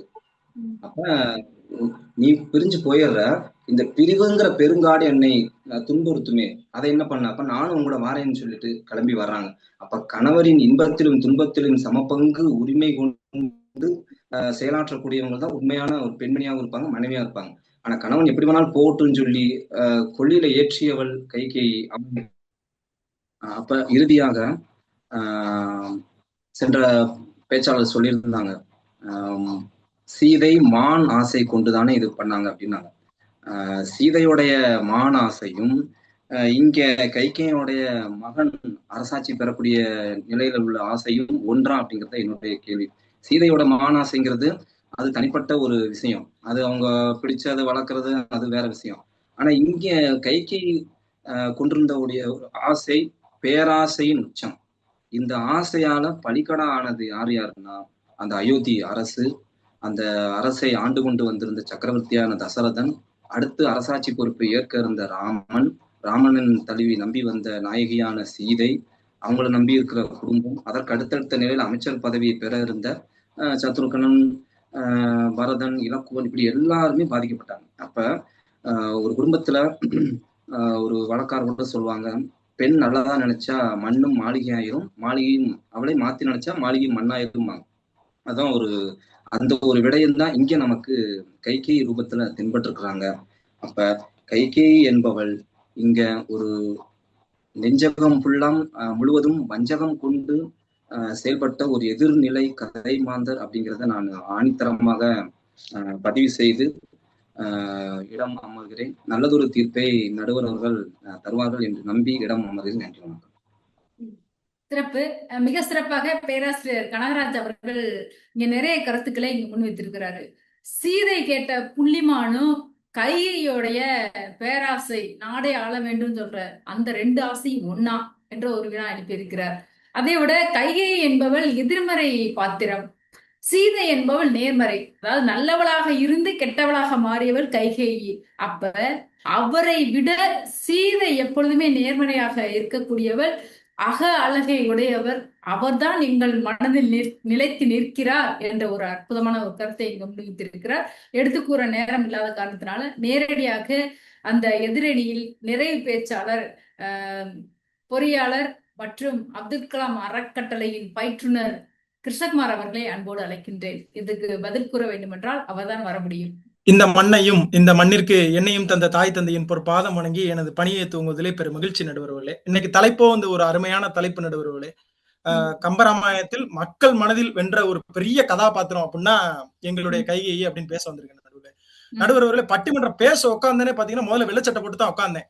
இவங்க பேசின அந்த சீதை ராமனோட நாடகம் இருக்கு பாருங்க, அந்த நாடகத்தை கேட்டு அழுது அழுது சட்டை வர நனைஞ்சு வச்சு நடுவர்களே. இப்ப சட்டையை மாதிரி திருப்பி உட்காந்துருக்கேன்.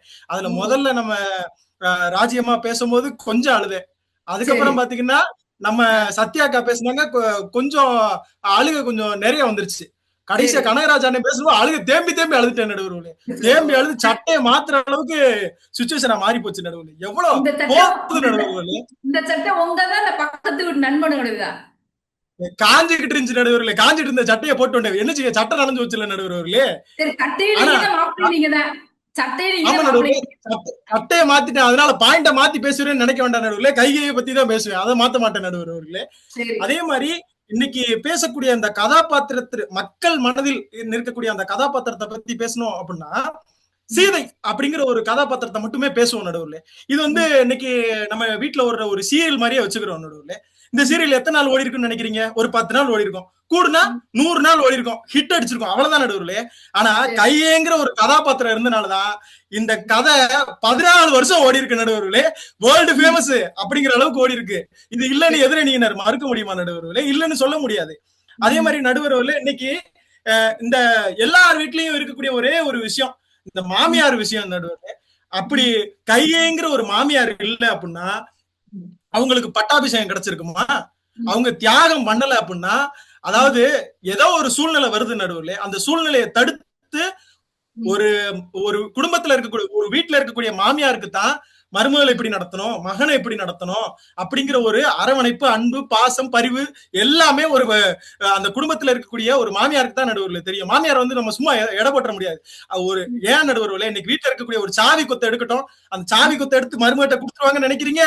அதை கொடுக்கறதுக்கு முன்னுக்கிட்ட அவளுக்கு முதல்ல சிக்கனம் இருக்கா, சிறு சேமிப்பு இருக்கா, இதெல்லாம் செக் பண்ணி தான் அந்த சாவியை கொண்டு போய் கையில கொடுப்பாங்க நடுவர்களே. அதே மாதிரிதான் கையை சோதிச்சிருக்கிறாங்க. இதுல என்ன தப்புன்னு நான் கேட்கிறேன் நடுவர்களே. எதிரணியினை பார்த்து காட்டுக்கு போய் நல்ல திறமையா வீட்டுக்கு வரணும், அந்த சோதனை வச்சிருக்காங்க. ஆமா ஆமா நடுவர்களே. இப்போ அவங்களை உடனே அரண்மனையில பட்டாபிஷேகம் பண்ணி உட்கார வச்சுட்டா இவங்களுக்கு இந்த நல்லது போல அதெல்லாம் தெரியுமா நடுவர்களே? காட்டுக்கு போய் எவ்வளவு விஷயங்களை இவங்க கத்துக்கிட்டு வந்திருக்காங்க. அதே மாதிரி இதுல ஒரு யுகத்தை நம்ம பார்க்கணும் நடுவுல. அதாவது அங்க ஒரு ராவணனை நம்ம அழிக்க முடியுமா நடுவர்களே? இவங்க மட்டும் பட்டாபிஷேகம் பண்ணி ராஜா மாதிரி நல்ல சோக்கா மாப்பிள்ள மாதிரி உட்கார்ந்துருந்தா போதுமா? ராவணனை யார் அழிக்கிறது? ராவணனை அழிச்சிட்டு வந்து நீ அரியணையில உட்காருன்னு சொன்ன ஒரே ஒரு தாய், புனிதமான தாய் அப்படின்னு சொன்னா அது கைகை தான் நடுவர்களே. அது இல்லைன்னு மறுக்க முடியாது நடுவர்களே. அதே மாதிரி இங்க நான் ஒவ்வொரு விஷயமா சொல்றேன் நடுவர்களே. முதல்ல வந்து நம்ம சத்யாக்கா வந்து அருமையா சொன்னாங்க. என்ன அப்படின்னா, ஒரு மாமியாரே சமாளிக்க முடியல, இன்னைக்கு 3 மாமியாரை நாங்க எப்படி சமாளிக்கிறது அப்படின்னு. நடுவரவுல ஒரு மாமியாரை சமாளிக்கிறது கூட ஈஸி தான், 3 மாமியாரை சமாளிக்கிறது கஷ்டம்னு ரொம்ப அருமையா சொன்னாங்க. அப்போ அந்த கஷ்டத்தை கொடுக்கறவங்க எப்பயுமே வாழ்க்கையில கஷ்டத்தை தான் கொடுத்துட்டு இருப்பாங்களா நடுவர்களே? இல்ல, தான் கஷ்டப்பட்டோம், தான் பிள்ளைங்களா நல்லா இருக்கட்டும்னு நினைக்கிற ஒரு மாமியார் தான் கைகை நடுவர்களே. அதே மாதிரி அவங்க வாழ்க்கை தான் கஷ்டமா போச்சு. பிள்ளை மதிக்கல, கணவர் இல்ல, தான் பெத்து வளர்த்த பாசமுள்ள மகன் ராமனை காட்டுக்கு அனுப்பிச்சாச்சு.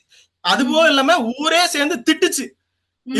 இவளுக்கெல்லாம் இவெல்லாம் ஒரு தாயா அப்படி இப்படின்னு ஊரே சேர்ந்து திட்டுச்சு. இவளத்தையும் காதுல கேட்டுக்கிட்டு ராமனை கடைசி வரைக்கும் உட்கார வைக்கணும், ராவணனை அழிக்கணும். அவளோட ஒரே எண்ணம் என்ன? ராவணனை அழிக்கணும், அவ்வளவுதான். அவனை தூக்கி அரியணையில தூக்கி உட்கார வச்சிருந்தோம்னா என்ன நடந்திருக்கு நடுவுல? ராவணன் எப்படி அழிக்கணுங்கிறது கூட தெரிஞ்சிருக்காது நடுவர்களே. அப்படிப்பட்ட ஒரு சூழலை கைகை ஏற்படுத்தல, உங்களுக்கு கஷ்டம் கொடுக்கல நடுவர்களே. இதை நான் ஒரு கேள்வியாவே கேட்கிறேன் நடுவர்களே. அதே மாதிரி பாத்தீங்கன்னா நடுவர்களே, 14 வருஷம் அப்படிங்கிறது வந்து ராமன் போயிட்டு வந்தாரு அப்படின்னா, வனவாசம் போயிட்டு வந்திருக்காரு அப்படின்னா அவருக்கு கிடைக்கக்கூடிய ஒரு பட்டம் என்ன அப்படின்னா புருஷோத்தமன் அப்படிங்கிற ஒரு பட்டம் கிடைச்சது. ஆனா கைகைக்கு கிடைச்ச பட்டம் என்ன? அவளுக்கு கிடைத்த பட்டம் என்ன? அவச்சொல்லுதான் நடுவர்களே. இது இல்லைன்னு மறுக்க முடியாது. இதெல்லாம் வந்து ஒரு தியாகம் நடுவர்களே. இதை இல்லைன்னு எதிரணியினர் மறுக்க முடியுமா நடுவர்களே? அதே மாதிரி தசரதனை பத்தி சொன்னாங்க அண்ணன் கனகராஜ் அண்ணன் பேசும்போது ரொம்ப அதாவது உங்க மாமியார் உங்களை வெட்டி பையன் சொன்னாலும் அதுல ஒரு சூச்சமா இருக்கு, வேலையில்லா பட்டதாரின்னு சொன்னாலும் அதுலயும் ஒரு சூச்சமா இருக்கு. அப்பதான் பெரிய வேலைக்கு போவோம்னு நினைக்கிறீங்க. கண்டிப்பாக நடுவர்களே, அது இல்லைன்னு மறுக்க முடியாது.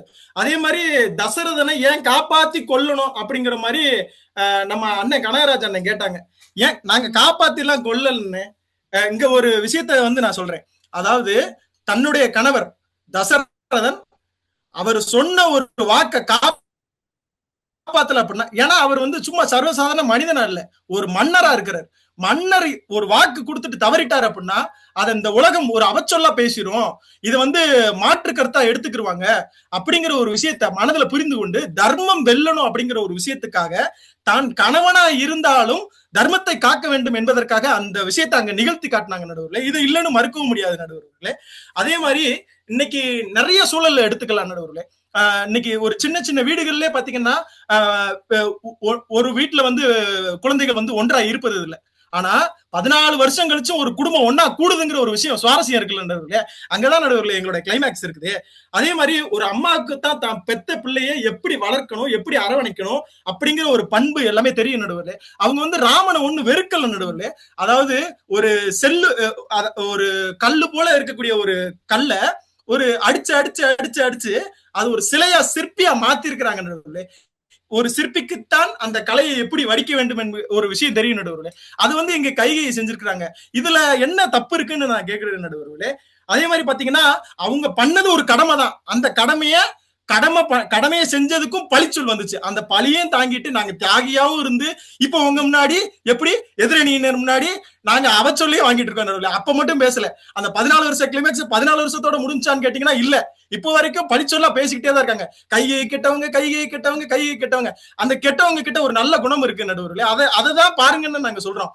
இன்னைக்கு கையை கெட்டவங்களாவே இருந்தாலும் சீதைய சிங்கப்பெண்ணா வளர்த்தது கைகைன்னு சொல்றீங்க. ஆமா நடுவர்களே. இன்னைக்கு நம்ம எவ்வளவோ சிங்கப்பெண்கள் பாக்குறோம். அந்த சிங்கப்பெண்கள்ல அன்னைக்கே மருமகளை சிங்கப்பெண்ணா உருவாக்குனது ஒரு மாமியார், கைகைங்கிற ஒரு மாமியார் நடுவர்களே. இதை நோட் பண்ணிக்கங்க நடுவர் அவர்களே. அதே மாதிரி இன்னைக்கு இறுதியா நான் ஒரே ஒரு விஷயத்த சொல்லி நான் நிறைவு செய்கிறேன் நடுவர்களே. சீதை அதாவது கணவன் மனைவி அண்ணன் தம்பி அப்படிங்கிற ஒரு படம் ராமாயணம் அப்படிங்கிற ஒரு கதாபாத்திரம் இருந்ததுன்னா 10 நாள் போயிருக்கும், 15 நாள் போயிருக்கும், 100 நாள் போயிருக்கும் நடுவர்களே. 14 வருஷம் ஒரு வாழ்க்கையினுடைய ஒரு முழு வரலாறையுமே இங்க நல்லது எது கெட்டது எது, அதுல நல்ல விஷயங்கள் என்ன இருக்குது, வாழ்க்கையில இழக்கக்கூடிய அந்த துன்பங்கள் என்ன, நமக்கு எங்கெல்லாம் போர் நடக்கும், எப்படியெல்லாம் நம்ம மாறணும், நம்ம வாழ்க்கையை எப்படியெல்லாம் மாத்தணும், வாழ்க்கையவே மாத்தக்கூடிய ஒரு விஷயத்த கைகேயி சீதைக்கு கொடுத்திருக்கிறாங்க நடுவர்களே. தான் மருமகளை சாதாரண மருமகளை ஆக்கல நடுவர்களே. நீங்களே சொன்னீங்க எப்படி சிங்கப்பெண் மருமகளா சீதைய சிங்கப்பெண் மருமகளா மாத்தின ஒரு பெருமை கைகேயிக்கு தான் சேருன்னு சொல்லி மனதில் வென்ற கதாபாத்திரத்தில் எங்களுடைய கைகை தான் என்று சொல்லி நல்லது ஒரு வாய்ப்பு இருக்கு. நன்றி பாராட்டி விடைபெறுகிறேன். நன்றி, வணக்கம் நடுவர்களே. மிக சிறப்பாக நமது கிருஷ்ணகுமார் அவர்கள் அட்டமலை பேஞ்சு ஓஞ்ச மாதிரி அதிரடியாக இங்க பேசியிருக்கிறாரு. நிறைய சொல்லியிருக்காரு. எதிர்மறை கருத்து இல்லாம நேர்மறை கருத்து இன்னைக்கு வந்து உலக அளவுல வந்து காலத்தை கடந்து இன்னைக்கு பேசியிருக்காங்க. சீதை நிலைத்து நிற்கிறார்கள் என்றால் அதுக்கு காரணம் யாரு? ரா மெட்டீரியல் யாரு? மூல காரணம் யாரு? எங்க கைகை தானே என்று நிறைய சொல்லியிருக்கிறாரு. அதாவது என்ன சொல்றதுன்னா ஒரு படிச்சலை தாங்குவது கூட ஒரு தியாகி தான் இல்லையா? தியாகி. இந்த அம்மா வந்து கெட்டவங்க சொன்னா அதையும் தாங்கி கொண்டு இருப்பது அது ஒரு தியாகம் தான். நிறைய சொல்லியிருக்கிறாரு. சீதையை வந்து அவ்வளவு துன்பப்படுத்தி அவளை வந்து இந்த உலகத்துக்கு காட்டியது யாரு? ராமனை வந்து புருஷோத்தமன் என்ற ஒரு பட்டத்தை கொடுத்தது யாரு? நிறைய வந்து அவங்கள வெற்றிக்கு அடியா சின்னமாக சீதை ராமன் நிறைய வந்து நிலைத்து நிற்க காரணம் அடிப்படை அடிநாதமாக இருந்தது கைகை தான். நிறைய சிங்கப்பெண் உருவாக்கி இன்றைக்கு இருக்கிறார்கள். ஆனால் அன்றைக்கே வந்து சிங்கப்பெண்ணை உலகறிய கடல் கடந்து இலங்கையை தாண்டி நிலைத்து நிற்க காரணம் யார்? கைகை. நிறைய செய்தி சொல்லியிருக்கிறாரு. அவருக்கு வாழ்த்துக்கள், பாராட்டுக்கள். தற்பொழுது வந்து நிறைவு விவாத நிகழ்ச்சிக்கு நம்ம வந்திருக்கிறோம். பொதுவாகவே நான் ஒவ்வொரு மேடைகளிலும் சொல்வதுண்டு, கிட்டத்தட்ட வந்து நாங்கள் இதுவரை இதுநாள் வரை வந்து எங்களது மேடைகள் வந்து 4854வது களமாக நேரடி நிகழ்வு கிட்டத்தட்ட வந்து 2940 இணையம் வழியாக 1840 நடந்து கொண்டிருக்கின்ற ஒரு களத்துல நாங்க ஒவ்வொரு மேடையிலும் ஒவ்வொரு நிகழ்வு சொல்வதுண்டு. உலகளவில் எங்கே போனாலும் நாங்கள் சொல்லும் ஒரே ஒரு செயல், ஒரு நிகழ்ச்சி சிறப்பாக நடைபெறும் என்றால் நிகழ்ச்சி ஏற்பாடு செய்தவர்கள் பெருசா அல்லது பேச்சாளர்கள் பெருசா என்று கேட்டால் நிச்சயமாக இந்த 2 பேரையும் தாண்டி பார்வையாளர்களாகிய ரசிக பெருமக்களாகிய உங்களால் மட்டுமே இந்த நிகழ்ச்சி வந்து ஒவ்வொரு நிகழ்வும் சிறப்பாக நடைபெற்று கொண்டிருக்கிறது. அப்படி ஒவ்வொரு நிகழ்வையும் சிறப்பாக எங்களுக்கு வழிநடத்தி கொடுத்து அதை ஆக்கமும் ஊக்கமும் அளித்து வருகின்ற ஒவ்வொரு தமிழ் ரசிக பெருமக்களுக்கும் தமிழ் சொந்தங்களுக்கும் எங்களது அனைவரின் சார்பாக ஒரு வாழ்த்துக்களையும் நன்றி கலந்த வணக்கத்தையும் தெரிவித்துக் கொண்டு தற்பொழுது நிறைவு விவாதத்திற்குள் செல்கிறோம். இன்றைக்கு பொதுவாகவே சாதாரண தலைப்பு என்றால் பேசுவது என்பது எளிது, மிக மிக எளிது. ஆனா இந்த மாதிரி இலக்கியத்தை கையில் எடுத்து அதை வந்து விவாதிப்பது என்பது மிக மிக கடினம். பேச்சாளர்கள் 6 பேரு, அதுவும் முதலணி பேச்சாளர் இருந்து நிறைவு பேச்சாளர் வரைக்கும் வந்து ஒவ்வொருவரும் ஒவ்வொரு கோணங்களில இந்த தலைப்பை உள்வாங்கி அதை ஆய்வு நோக்குல ஒவ்வொரு கருத்துக்களை இங்கே வெளியிட்டார்கள். பேச்சாளர்கள் 6 பேரும் ஆகச்சிறந்த கருத்துக்களை வெளியிட்டு ஒரு கோடு நிறைய நாங்க பார்த்திருக்கிறோம். தலைப்புக்கு தகுந்தவாறு பேசாமல் தலைப்பை விட்டு வெளியே செல்லும் பேச்சாளர் எத்தனை பேர் நாங்க பார்த்திருக்கிறோம்.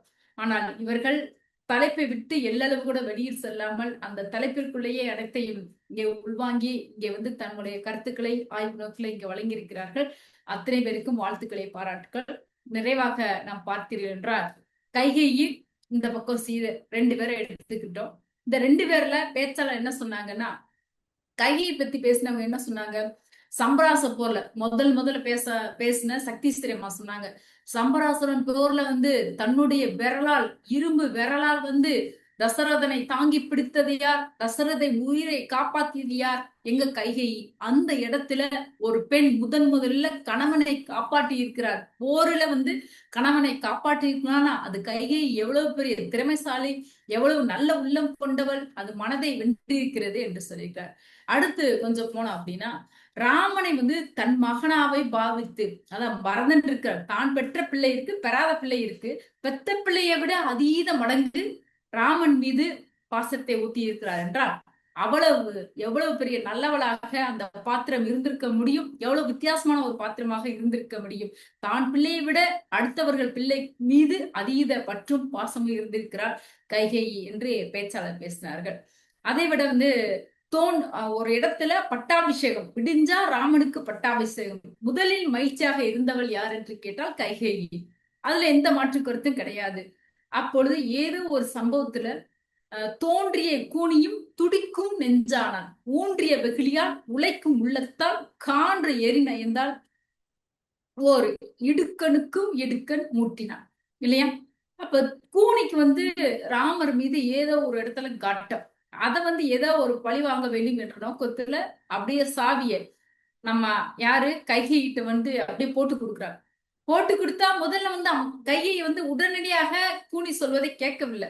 ஆனா போக போக நேரமாக ஆக நாளைக்கு வந்து பரதன் நாட்டாளனாதான் நீ மகாராணியாக இருக்க முடியும், இல்லை என்றால் ராமன் நாட்டை ஆண்டு விட்டால் ராமனுக்கு அம்மா யாரு, கோசலை தான் மகாராணியாக இருக்க முடியும், உனக்கு ஒண்ணும் கிடைக்காது, மக்கள் யாவரும் உன்னை மதிக்க மாட்டார்கள் என்று நிறைய சொல்லி கொடுத்து அந்த அம்மாவை வந்து கெட்டவளாக, அந்த பாத்திரம் இதுவரை நேர்மறையாக இருந்த பாத்திரத்தை எதிர்மறை பாத்திரமாக மாற்றியது அந்த தருணம். காவியத்தை வாசிக்கும் பொழுது அந்த தருணம். அப்பொழுது மனதில் என்ன தோன்றும் என்றால், அனைத்து வந்து கூனியிடம் போய் நம்மளுடைய கோபங்கள் அனைத்து வந்து கூனியிடம் இப்பேற்பட்டவளா என்று கூனியிடம் காட்டட்டும், அதையும் நம்புகிறாரே என்று கைகையை கொஞ்சம் அந்த பாத்திரத்தை மனதுல ஒரு நெருடல் வரும். சரி போகுது. அதுக்கு பிற்பாடு பட்டாபிஷேகத்தை நிறுத்த வேண்டும் என்றால் தசரதன் வர வேண்டும். தசரதன் வர்றாரு, வீட்டுக்காரர் வர்றாரு. வீட்டுக்காரர் என்ன சொல்றா, தம்பி சொன்ன மாதிரி ஏய வரங்கள் 2இல் 1 ஆனால் என் செய் அரசு ஆள்வது, சீதையின் கேள்வன் போய் வனம் ஆள்வது என்று புகழ் என்றால் தீயவையாயினும் சிறந்த தீயான்னு சொல்றாரு. கம்பரே அந்த இடத்துல என்ன சொல்றாங்க, தீயவையாயினும் சிறந்த தீயான்னு சொல்றாங்க.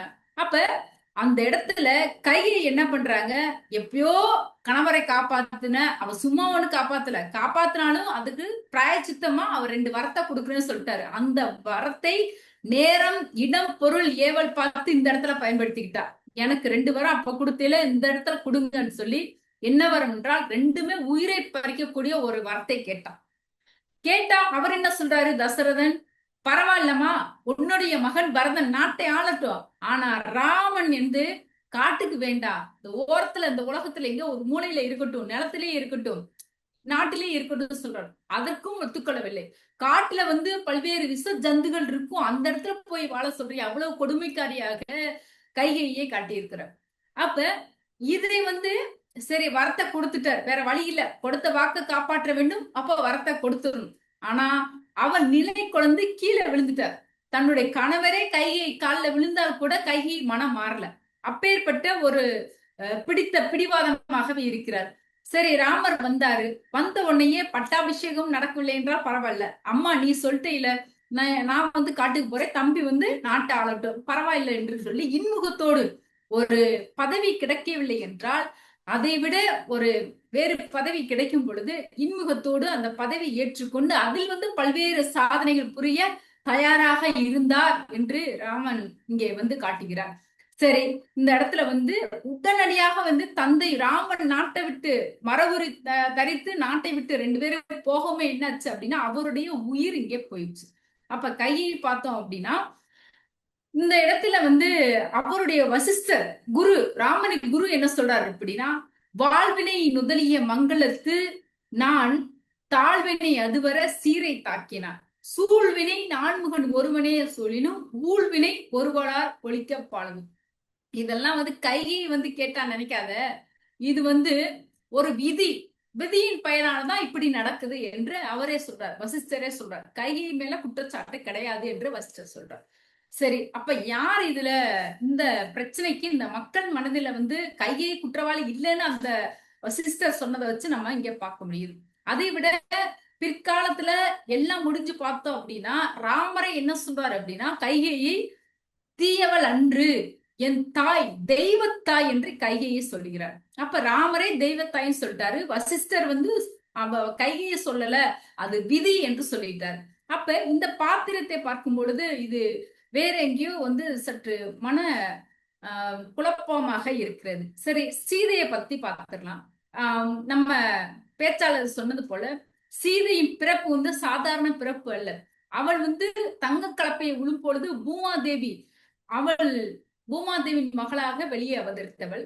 அவள் வரும்போதே அப்படியே உலகமே ஒரு பேரொளியாக இருந்துச்சாம். அப்பேற்பட்ட ஒளி கொண்டவள். அவள் திருமணம் என்று பாத்தீங்கன்னா வித்தியாசமான திருமணம். ஏன்னா இன்னைக்குன்னா பொண்ணு மாப்பிள்ளை பாக்குறது பெரிய விஷயம்தான். இன்னைக்கு காதல் திருமணம் ஏற்றுக்கொள்ளப்படுகிறது, நிச்சயிக்கப்பட்ட திருமணம், அப்பொழுதே மாப்பிள்ளையும் பொண்ணையும் பார்த்து விடுகிறார்கள். ஆனால் அந்த காலகட்டத்துல நம்ம சீதா பிராட்டி அப்பயே பார்த்திருக்கிறான். அண்ணனும் நோக்கினால் அவளும் நோக்கினாள், 2 பேரும் பார்த்திருக்கிறாங்க. ஆனா கல்யாணம் மாப்பிள்ளை இவர் தானா பொண்ணு இவர் தானா என்பது, பொண்ணு இவர்தான் என்று ராமனுக்கு தெரியும். ஆனா சீதா பிராட்டிக்கு மாப்பிள்ளை இவராக வர வேண்டும், ஏன்னா சிவதனுசுவை ஒடிக்க வேண்டும். அந்த சிவதனுசுவை ஒடிக்க வேண்டும் என்றால் ராமர் தான் ஒடிப்பாரா? அன்றைய காலகட்டத்துல 56 தேசத்திலிருந்து ராஜாக்கள் வந்திருக்கிறார்கள். அப்ப யார் முறித்தார்களோ அவர்களுக்கு தான் சிவமரம் மாலையிட வேண்டும். அப்ப அவளுக்கு ஒரு ஏக்கம், தான் மனதில் நினைத்த, அவர் நோக்கிய அந்த கார்மேக கண்ணன் அவர்தான் நமக்கு மணாளனாக வர வேண்டும், அவர் இருப்பாரோ இன்னும் சொல்லி ஒரு ஏக்கத்தோடையே அந்த திருமண மணவரையில உட்கார்றார். அப்ப டக்குன்னு நம்மளால பெண்களால திரும்ப முடியாது, மாப்பிள்ளையை ஏறெடுத்து பார்க்க முடியாது. கை வளைகள் திருக்கின்ற நேரத்துல மாப்பிள்ளையை பார்க்கிறார். மாப்பிள்ளை யாரு? நம்ம நினைச்சவர் தான் இங்க உட்கார்ந்து இருக்கிறார் என்று. அந்த தருணத்தை நாம் சீதா கல்யாணம், சீதா திருமணத்தை வாசிக்கும் பொழுது அந்த சீதா பிராட்டியின் மனநிலை என்பது சற்று நமக்கு ஒரு வித்தியாசமான, நம் மனதை ஒரு வென்ற ஒரு கதாபாத்திரமாக இங்கே பார்க்கும். இன்னும் கூடுதல் செய்தியை பார்க்க வேண்டும் என்றால், நம்ம கனகராஜ் சொன்ன மாதிரி ராமர் மரவுரை அடித்து காட்டுக்கு சொல்லும் பொழுதே அவள் ஒரு நாட்டில் ராணியாக இளவரசியாக வாழ்ந்தவள். அவள் ஏன் காட்டுக்கு போக வேண்டும்? கைகேயி சீதாவை காட்டுக்கு போக வேண்டும் போ என்று சொல்லவில்லை. ஆனா கணவர் இருக்கும் இடம்தான் அவளுக்கு நல்ல இடம் என்று சொல்லி கணவனை விட்டு கொடுக்காமல் எந்த சூழ்நிலையிலையும், இன்னைக்கு சொல்லுவாங்க இல்லையா, நம்ம வந்து வசிஷ்டரும் அருந்ததியும் ஒண்ணு போல இருப்பாங்களாம். அதே போல வந்து நம்ம சீதா பிராட்டியும் ராமரும் எங்க போனாலும் ஒண்ணு போல இருக்க வேண்டும், ஒரு இடத்தில் இருக்க வேண்டும் என்று நினைத்து அந்த அம்மா வந்து நான் ராமரோட தான் காட்டுக்கு போவேன் என்று சொல்லி உடனே மரவுடி அழைத்து சொன்னாங்க. அப்ப ராமர் சொன்ன ஒரு வாக்கியம், உன்னால முடியாது, நிறைய சுடும் என்று சொல்ற. நும் பிரிவினும் சுடுமோ பெருங்காடு என்று நினைத்து உடனடியாக வந்து கிளம்பிட்டாங்க. அந்த இடம் நாம் அனைவரும் என்ன நினைக்க தோன்றுது அப்படின்னா, ஒவ்வொரு பெண்களும் தன்னுடைய கணவர் உடன் இருக்க வேண்டும், கணவரை விட்டு கொடுக்காமல் கணவருடனேயே இருக்க வேண்டும். இன்னைக்கு இல்லற வாழ்க்கை ஒற்றுமையை இங்கே நாம் நிலைப்படுத்துகிறோம். சின்ன சின்ன விஷயத்துக்கெல்லாம் வந்து குடும்ப வழக்கு நீதிமன்றங்களில குடும்ப வழக்குகள், விவாகரத்து வழக்குகள் தேங்கி இருக்கிறது என்று காட்டால் அதுக்கு வந்து ஒரு வித புரிதல் இல்லாமல் என்று கூட சொல்லலாம். ஆனால் இந்த இடத்தை வாசிக்கும் பொழுது சீதா பிராட்டி கணவன் மீது இருந்த அதீத நம்பிக்கை, அந்த ஒற்றுமை இங்கே மேலோங்குகிறது. சரி, நம்ம ஆளு சொன்னாங்க எல்லாரும் தசரதனை கையை காப்பாத்தினாங்க, தசரதன் கையை காப்பாத்தினாங்கன்னு சொல்றாங்களே, இந்த இடத்துல சீதா தேவியும் தன்னுடைய ராமனை காப்பாத்தி இருக்கிறார். ஒரு இடத்துல தான் புள்ளிமான் கேட்கும் பொழுது ஐயோ சீதா, ஐயோ லக்மணா, ஐயோ சீதா சீதா என்று ராமனின் சத்தம் கேட்டது. அப்பொழுது சீதா தேவி தன் கணவன் ஏதோ ஆபத்தில் மாட்டியிருக்கிறார் என்று நினைத்து உடனடியாக தான் தன் தனிமையில் இருந்தாலும் பரவாயில்லை, தான் பாதிப்பு ஏற்பட்டாலும் பரவாயில்லை, தன்னுடைய வீட்டுக்கார் கணவருக்கு பாதிப்பு வரக்கூடாது என்ற காரணத்தினால லட்சுமணனை போய் என்னன்னு பார்க்க சொல். லட்சுமணனை போய் பார்த்துட்டு வராம இருந்திருந்தாங்க இந்தமா வந்து ராவணன் கூட போயிருக்க மாட்டாங்க. அதாவது போயிருக்க மாட்டான்னு சொல்றத விட அவர் சிறைப்படுத்திருக்க மாட்டார். அப்ப இந்த இடத்துல வந்து தன் கணவனை காப்பாற்றியது கூட யார் என்று கேட்டால் நம்ம சீதா தேவி என்று சொல்லலாம். சரி, அசோகவனத்துக்கு போனாங்க. ராவணனால அசோகவனத்துக்கு அப்படியே கூண்டோட வீட்டோட தூக்கிட்டு போனாங்க சீதா பிராட்டிய. அந்த இடத்துல அந்த அம்மாவோ திருமால் லட்சுமி தேவியின் அவதாரம், அதை விட பூமா தேவியின் மகளாக இருக்கவள், நெருப்பில் பிறந்தவள். அப்ப அவளுக்கு அனைத்தும் இருக்கு, அனைத்து சக்தியும் இருக்கு. ஏன்னா எத்தனை அரக்கர்கள் வந்தாலும் ஒரு கனப்பொழுதுல அரக்கரை வீழ்த்தக்கூடிய ஒரு தைரியம், ஒரு வலிமை எல்லாம் அந்த அம்மாவுக்கு இருக்கு. ஏன் அந்த அம்மா ராவணனை வந்து அந்த அம்மா ஏன் வந்து வதைக்கல? அந்த அம்மா நினைச்சா ஒரு அடியில கொடுத்துட்டு நேரா வந்திருக்கலாம் ராமன்ட்ட. ஆனா அது தர்மம் ஆகாது, தன்னுடைய கணவன் வந்து மீட்ட வேண்டும், அதுதான் கணவருக்கு மரியாதை என்று சொல்லி கணவனின் மதிப்பை இங்கே பெருமைப்படுத்தியவள், தன் குல பெருமையை இங்கே நாட்டியவள், தன்னுடைய அரச குலத்தை வந்து மக்களின் பெருமையும் இதில் அடங்கி இருக்கிறது என்று சொல்லி அவர் வந்து போகாமல் அத்தனை துன்பத்தையும் அங்கே இருந்திருக்கு. அதை விட அனுமன் கூப்பிட்டும் அப்பொழுது போகல. கரெக்டா ஒரு மாசத்துல வந்து என்னை கூட்டிட்டு போகல அப்படின்னா நான் வந்து இங்கே தீக்குளித்து விடுவேன் என்று சொன்னவர். சரி, எல்லாம் முடிஞ்சிருச்சு. நமக்கு ராமன் வந்து ராவணன் நல்லா இது வென்று விட்டார் இல்லையா? நிறைவுல என்ன ஆச்சு அப்படின்னா, பேச்சாளர் சொன்ன மாதிரி சீதா தேவியை ராமன் ஏற்றுக்கொண்டாராம். ராவணனை, அரக்கர்களை எல்லாத்தையும் வந்து போர்ல ஜெயிச்சிட்டாங்க ராமன். ஜெயிச்ச உடனே சீதா தேவியை ராமன் ஏற்றுக்கொண்டாரா என்றால் இல்லை.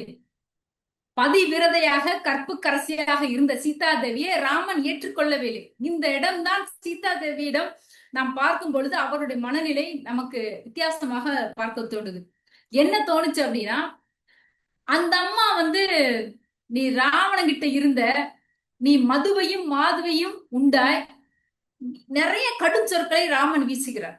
ராமன் வீச அந்த அம்மா அதையெல்லாம் தாங்கிட்டு சரி நீ செத்துப்போன்னு சொல்றான். ராமன் சீதாவை பார்த்து நீ செத்துப்போ, நான் உனக்காக இங்க வந்தேன்னு நினைக்கிறியா? நான் வந்து பயந்து கொண்டு, ஒரு பெண்ணுக்காக பயந்து கொண்டு நான் எதிரியிடம் ஒளிந்து கொண்டு இருக்கிறேன் என்று சொல்லுவார்கள். அதனால வந்து நான் சண்டையிட வந்தேன், உனக்காக வரல அப்படின்னு சொல்றார். இதெல்லாம் கேட்டு உடனடியாக லக்ஷ்மணனை கூப்பிட்டு, எப்பா நீ அக்னி வள, நான் அக்னியில இறங்குறேன், முடிவு பண்ணிட்டேன் சாகணும்னு சொல்றேன். உடனே அந்த லட்சுமணன் இருக்கிறவங்க, அங்க இருக்கிறவங்க எல்லாரும் வந்து ஏன் ராமன் இப்படி சொல்றாரு, எல்லாரும் ராமன் மேல் சற்று கோபம் தான். ஆனால் அண்ணன் பேச்சை மீறவில்லை, அக்னி பிரவேசம் வளர்க்கிறாங்க. அந்த இடத்துல அந்த அம்மா சொன்ன ஒரே ஒரு வார்த்தை என்ன சொல்லலாம், நான் உண்மையிலேயே உடலாலும் மனத்தாலும் உள்ளத்தாலும் நான் தூய்மையானவள் என்றால் என்னை வந்து இந்த தீ வந்து என்ன வேணாலும் செய்யட்டும், நான் உண்மையானவளா பொய்யானவளா என்று நீதான் தீர்ப்பு கொடுக்கணும் என்று தீயில இறங்குகிறார். அப்பொழுது அந்த அம்மாவின் நம்ம சீதா தேவியின் கற்புத்தி என்னாச்சு? அக்னி தேவன் என்பது எல்லாருக்கும் தெரியும். நெருப்பு எவ்வளவு சுடும், நெருப்பு லேசப்பட்டாலே யாராலும் தாங்க முடியாது. அந்த அக்னியில இறங்கும் பொழுது அக்னி தேவனே இந்த அம்மா கற்புத்தியில இருந்து கருகி விட்டார். இந்த அம்மா கற்புத்திய அவரால் தாங்க முடியல. அதனால ஃபுல்லா வந்து குளுமையாக மாறிடுச்சு. சந்திரன் போன்றும் குழுக்குழுன்னு மாறிச்சு. உடனே வந்து வெளியில வரும் பொழுது ஒரு நெருப்புல இருந்து வந்த மாதிரி தெரியல. ஏசி ரூமுக்கும் சாதாரண ரூமுக்கும் வித்தியாசம் இருக்கும். ஏசி ரூம்ல ஃப்ரிட்ஜுக்குள்ள வச்ச பொருள் எப்படி வந்து நல்லா புத்துணர்ச்சியா புதுமையா இருக்கிறதோ அதே போல அந்த அம்மா வர்றாங்க, வெளியில வர்றாங்க. அப்ப ராமருக்கு கோபம், அக்னி பகவானை கூப்பிட்டு சத்தம் போடுறாரு. அப்பயும் பாருங்க ராமர் விட்டு கொடுக்கல. ஏன் அந்த அம்மாவை நீ வந்து தீக்கிருக்க ஆகலன்னு சொல்றாரு. அப்ப அக்னிதேவன் சொன்ன ஒரு வார்த்தை, இவள் தூய்மையானவள், கற்புக்கு அரசு, இவள் உண்மையானவள், இவளது கற்பித்து என்னை வந்து சுற்றுச்சு. அதனால என்னால வந்து ஒண்ணுமே அவளை செய்ய முடியல. அதனால இவர்தான் கற்புக்கு அரசு, இவள் மிக மிக தூய்மையானவள், இவரை யாராலும் ஒன்றும் செய்ய முடியாது, உயிரை யாராலும் மாய்க்க முடியாது என்று ராமனிடம் சொன்னார். அப்ப அந்த இடம் வந்து சொல்லும் பொழுது மக்கள் மனதில ஒரு வித நெகிழ்ச்சியை ஏற்படுத்துகிறது. ஆகையால இன்னும் ஒரே ஒரு வரியில சொல்லணும் அப்படின்னா, பேச்சாளர் சொன்னது போல கைகேயி இல்லை என்றால் இந்த காவியமே இல்லை. அனைத்திற்கும் மூல காரணம் எது? இந்த காவியம் அனைத்தும். இப்ப ஒரு ரன்னிங் ரேஸ்ல ஜெயிக்க வேண்டும் என்றால் ஒரு விளையாட்டு வீரருக்கு ஒரு களம் வேண்டும். களத்துக்கு களம் கிடைத்தால்தான் அவர் வந்து வெற்றி அடைஞ்சாரா தோல்வி அடைஞ்சாரா என்று தெரியும். அதே போல ஒரு பேச்சாளர் இருக்கிறாங்க அப்படின்னா பேச்சாளருக்கு நிறைய மேடைகள் வேண்டும். பேச்சாளருக்கு மேடைகள் இருந்தால்தான் அவர்கள் வந்து என்ன பேசுறார்கள் என்று தெரியும். அதே போல நிறைய பேருக்கு வந்து வாய்ப்புகள் கிடைத்தால் மட்டுமே அவர் வந்து சாதனையாளராக மாற முடியும். வாய்ப்புகள் இல்லை என்றால் அவரால் எதுவும் செய்ய முடியாது. நிறைய வந்து வீட்டுல பிள்ளைங்க இருக்காங்க, அவருக்கு வேலை வாய்ப்புகள் வேண்டும் என்றால் நிறைய உழைக்க வேண்டும், தேடல் வேண்டும். இதையெல்லாம் வேண்டும் என்றால் வீட்டில் யாராவது பெரியவர்கள் என்ன சொல்ல வேண்டும்? அவர்களுக்கு உரைக்க ஏதாவது கோவப்படுற மாதிரியோ இல்ல ஒரு அவமானத்தை ஏதோ ஒண்ணு கொடுத்தாரு என்றால் உடனடியாக அவர்கள் அதை சாதனையாக மாற்ற முடியும். ஒரு வெகுமானம் கிடைத்தால் 2 மடங்கு சாதனைகளாக ஒவ்வொருவரும் மாற்ற முடியும். அதே போல் கையை என்ன பண்றாள் என்றால், கையை என்ற காவியம் இதில் இல்லை என்றால் எதுவுமே கிடையாது. கையை கூனி இல்லைன்னா கைகையோடைய வார்த்தை தசரதன், அடுத்து தசரதனுடைய அந்த இறப்பு, அடுத்து பாத்தீங்கன்னா ராமன் காட்டுக்கு போனது, அப்புறம் வந்து சீதையை வந்து ராவணன் தூக்கிட்டு போனது, அப்புறம் போர்க்குளம், இதெல்லாம் பார்க்கும் பொழுது அக்னி பிரவேசம், இதெல்லாம் பார்க்கும் பொழுது நமக்கு யாரை திட்ட தோண்டும் என்றால் கைகை. இதற்கெல்லாம் காரணமாக இருப்பவள் கைகை. இந்த காவியத்துக்கே கிருஷ்ணகுமார் சொன்ன மாதிரி 15 நாள்ல முடிஞ்சு போயிரும். ஆனா இதற்கெல்லாம் காரணம் யார் என்று கேட்டால் கைகேயி. கைகேயி என்ற பாத்திரம் மனதில் இருக்கிறது. அதே போல வந்து சீதை என்ற பாத்திரமும் மனதில் இருக்கிறது. ஒரு செய்தியை வச்சு நம்ம நிறைவுக்கு வந்துடலாம். கைகையால் உயிர் வந்து ஒரு உயிர் போச்சு, தசரதன் என்ற உயிர் போச்சு. ஆனால் சீதையால் வந்து உயிர் போகவில்லை இல்லையா? அத தன்னுடைய அரக்க குலத்துல வந்து போர்ல போச்சு, அது வேற விஷயம். ஆனா கைகை என்ற சொல்லினால் யார் போச்சு? தன்னுடைய தசரத வீட்டுக்காரே செத்து போயிட்டாரு. ஆனா வீட்டுக்காருக்காக உயிரை கொடுத்தது சீதா பிராட்டி. இந்த ஒரு செய்தியை வைத்து நம்ம முடிவுக்கு வந்துடலாம். கணவருக்காக உயிரை கொடுக்க வந்தவள் சீதா பிராட்டி. ஒருபடி மேலாக நம் எண்ணத்தில் நம் மனதில நிலைத்து நிற்கிறார். கைகை என்ற காவியத்தின் ஒரு மூச்சாக இருக்கிறது. கைகை காவியத்தை மூச்சாக இருக்கிறது. ஆனால் அந்த காவியத்தின் திருப்பு முனை மற்றும் உயிர் மூச்சாக இருப்பது யார் என்று கேட்டால் சீதா பிராட்டி. ஆகையால கையை விட ஒரு படி மேலாக சீதா பிராட்டி இங்க இருக்கிறார் என்று சொல்லி இதுவரை பொறுமை காத்த அத்தனை பேருக்கும் நன்றியும் வாழ்த்துக்களையும் கூறி விடைபெறுகிறோம். வாழ்க செந்தமிழ், வாழ்க நற்றமிழர், வாழ்க பாரத மணித்திருநாடு. நன்றி, வணக்கம்.